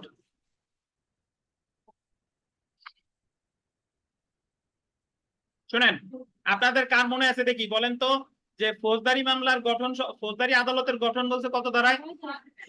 6 ধারায়। ফৌজদারি আদালতের গঠন বলছে 6 ধারায়। ফৌজদারি আদালতের গঠন আমি একটু মনে করাই দিই। ফৌজদারি আদালত বলছে দুইটা, একটা হলো দায়রা আদালত, একটা হলো ম্যাজিস্ট্রেট। ম্যাজিস্ট্রেট আবার 2 প্রকার, বিচারিক আর নির্বাহী। আর দায়রা আদালতের আর ম্যাজিস্ট্রেট যে বিচারিক, এটা আবার 4 প্রকার, চিফ জুডিশিয়াল ম্যাজিস্ট্রেট, তারপরে চিফ জুডিশিয়ালের সাথে যোগ হবে চিফ, অতিরিক্ত চিফ জুডিশিয়াল। আর মহানগর এলাকায় হলো চিফ মেট্রোপলিটন। তারপরে আছে আপনার প্রথম শ্রেণী ম্যাজিস্ট্রেট মহানগর এলাকায় মেট্রোপলিটন, তারপর দ্বিতীয় শ্রেণী ম্যাজিস্ট্রেট, তৃতীয় শ্রেণী ম্যাজিস্ট্রেট। তার মানে মহানগর এলাকায় বিচারিক ম্যাজিস্ট্রেট কয়জন? 2 জন। আর জেলা পর্যায়ে কয়জন? 4 জন। ঠিক একই ভাবে আমাদের যে দেওয়ানি আদালতের যে ভাগ, এটা আমরা একটু পড়বো। দেখেন মানে আদালত সমূহের যে গঠন, দেওয়ানি আদালত সমূহের গঠন সম্পর্কে আন্ডারলাইন করেন। সিভিল কোডস অ্যাক্ট 1887 এর গোল দিবেন 3 ধারায় বর্ণনা করা হয়েছে। দেওয়ানি কার্যবিধিতে দেওয়ানি আদালতের ভাগ বলে নাই। দেওয়ানি আদালতের বিভাগ বলছে কততে? সিভিল কোড অ্যাক্ট বা দেওয়ানি আদালত আইন 1887 এর কয় ধারায়? 3 ধারায়। অর্থাৎ সিভিল কোড অ্যাক্ট 1887 এ অনুযায়ী দেওয়ানি আদালত সমূহ প্রতিষ্ঠা করা হয়। যদি আপনাকে বলে যে দেওয়ানি আদালত প্রতিষ্ঠা করে কোন আইন অনুযায়ী? Civil code act. তারপরে দেখেন বাঁচাবেন কবে এই থেকে মাসুদ সাহেব? দেখেন ধারা 3 দেওয়ানি আদালতের প্রকারভেদ। একে হচ্ছে গরম, তারপরে আবার এই শব্দ দূষণ। দেখেন সিভিল কোডস অ্যাক্ট 1887 এর 3 ধারায় বলা হয়েছে, আন্ডারলাইন করেন, 5 প্রকারের দেওয়ানি আদালত থাকবে। দেওয়ানি আদালত কয় প্রকার? 5 প্রকার। দেখেন জেলা জজের আদালত সবার উপরে কে? জেলা জজের আদালত, কোর্ট অফ ডিস্ট্রিক্ট জাজ। তারপরে কে? অতিরিক্ত জেলা জজের আদালত, কোর্ট অফ এডিশনাল ডিস্ট্রিক্ট জাজ। এগুলো যেন মনে থাকে। প্রথমে কে? জেলা জজের আদালত, ডিস্ট্রিক্ট জাজ, কোর্ট অফ ডিস্ট্রিক্ট জাজ। অতিরিক্ত জেলা জজের আদালত, কোর্ট অফ এডিশনাল ডিস্ট্রিক্ট জাজ। 3 নম্বরে দেখেন যুগ্ম জেলা জজের আদালত, কোর্ট অফ কি? জয়েন্ট ডিস্ট্রিক্ট জাজ। 4 নম্বরে দেখেন সিনিয়র সহকারী জজের আদালত, কোর্ট অফ সিনিয়র অ্যাসিস্ট্যান্ট জাজ। 5 নম্বরে দেখেন সহকারী জজের আদালত, এটা কি? কোর্ট অফ অ্যাসিস্ট্যান্ট জাজ। তো আপনাকে যদি বলে যে দেওয়ানি আদালত কয় প্রকার?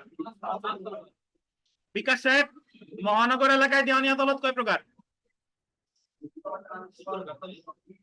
2 প্রকার। 2 প্রকার বললাম কেন? শুনেন ফৌজদারিতে মহানগর আর জেলা পর্যায়ে আলাদা, কিন্তু দেওয়ানি আপনি মহানগর যান বা জেলা পর্যায়ে যান সব জায়গায় কয় প্রকার? 5 প্রকার। আর দেওয়ানি আদালতের বিচারকের সাথে কোনো জায়গায় মেট্রোপলিটন শব্দটা যোগ নাই। বুঝতে পারছেন? আচ্ছা তাহলে যদি বলে ঢাকা জেলায় দেওয়ানি আদালত কয় প্রকার? গোপালগঞ্জে 5 প্রকারই। ঠিক, জেনে রাখা ভালো। দেখেন প্রতিটি জেলায় সর্বোচ্চ দেওয়ানি আদালতের বিচারক হলো কে? জেলা জজ। সর্বোচ্চ ফৌজদারি আদালতের বিচারক কে? দায়রা জজ। তাইলে আমাদের ধরেন আমাদের যিনি জেলা জজ স্যার আছেন বলবে জেলা ও দায়রা জজ। এটা কেন বলে? কারণ উনি একসাথে 2টা দায়িত্বই পালন করে। এই জায়গায় 2 জন বিচারক নাই। উনি যখন দেওয়ানি মামলার বিচারক করেন তখন ওনারা বলবে জেলা জজ, উনি যখন ফৌজদারি মামলার বিচার করবেন ওনারা বলবে কি? দায়রা জজ। বুঝতে পারছেন? আচ্ছা বিগত বছরের প্রশ্ন দেখেন যে দেওয়ানি আদালত গঠিত হয় কোন আইন অনুযায়ী?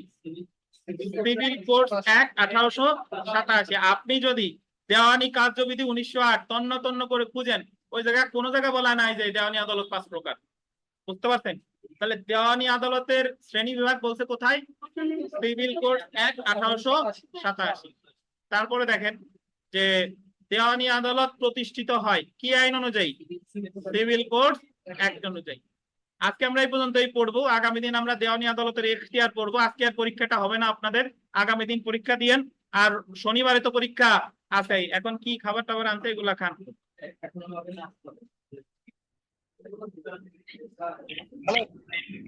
যাক।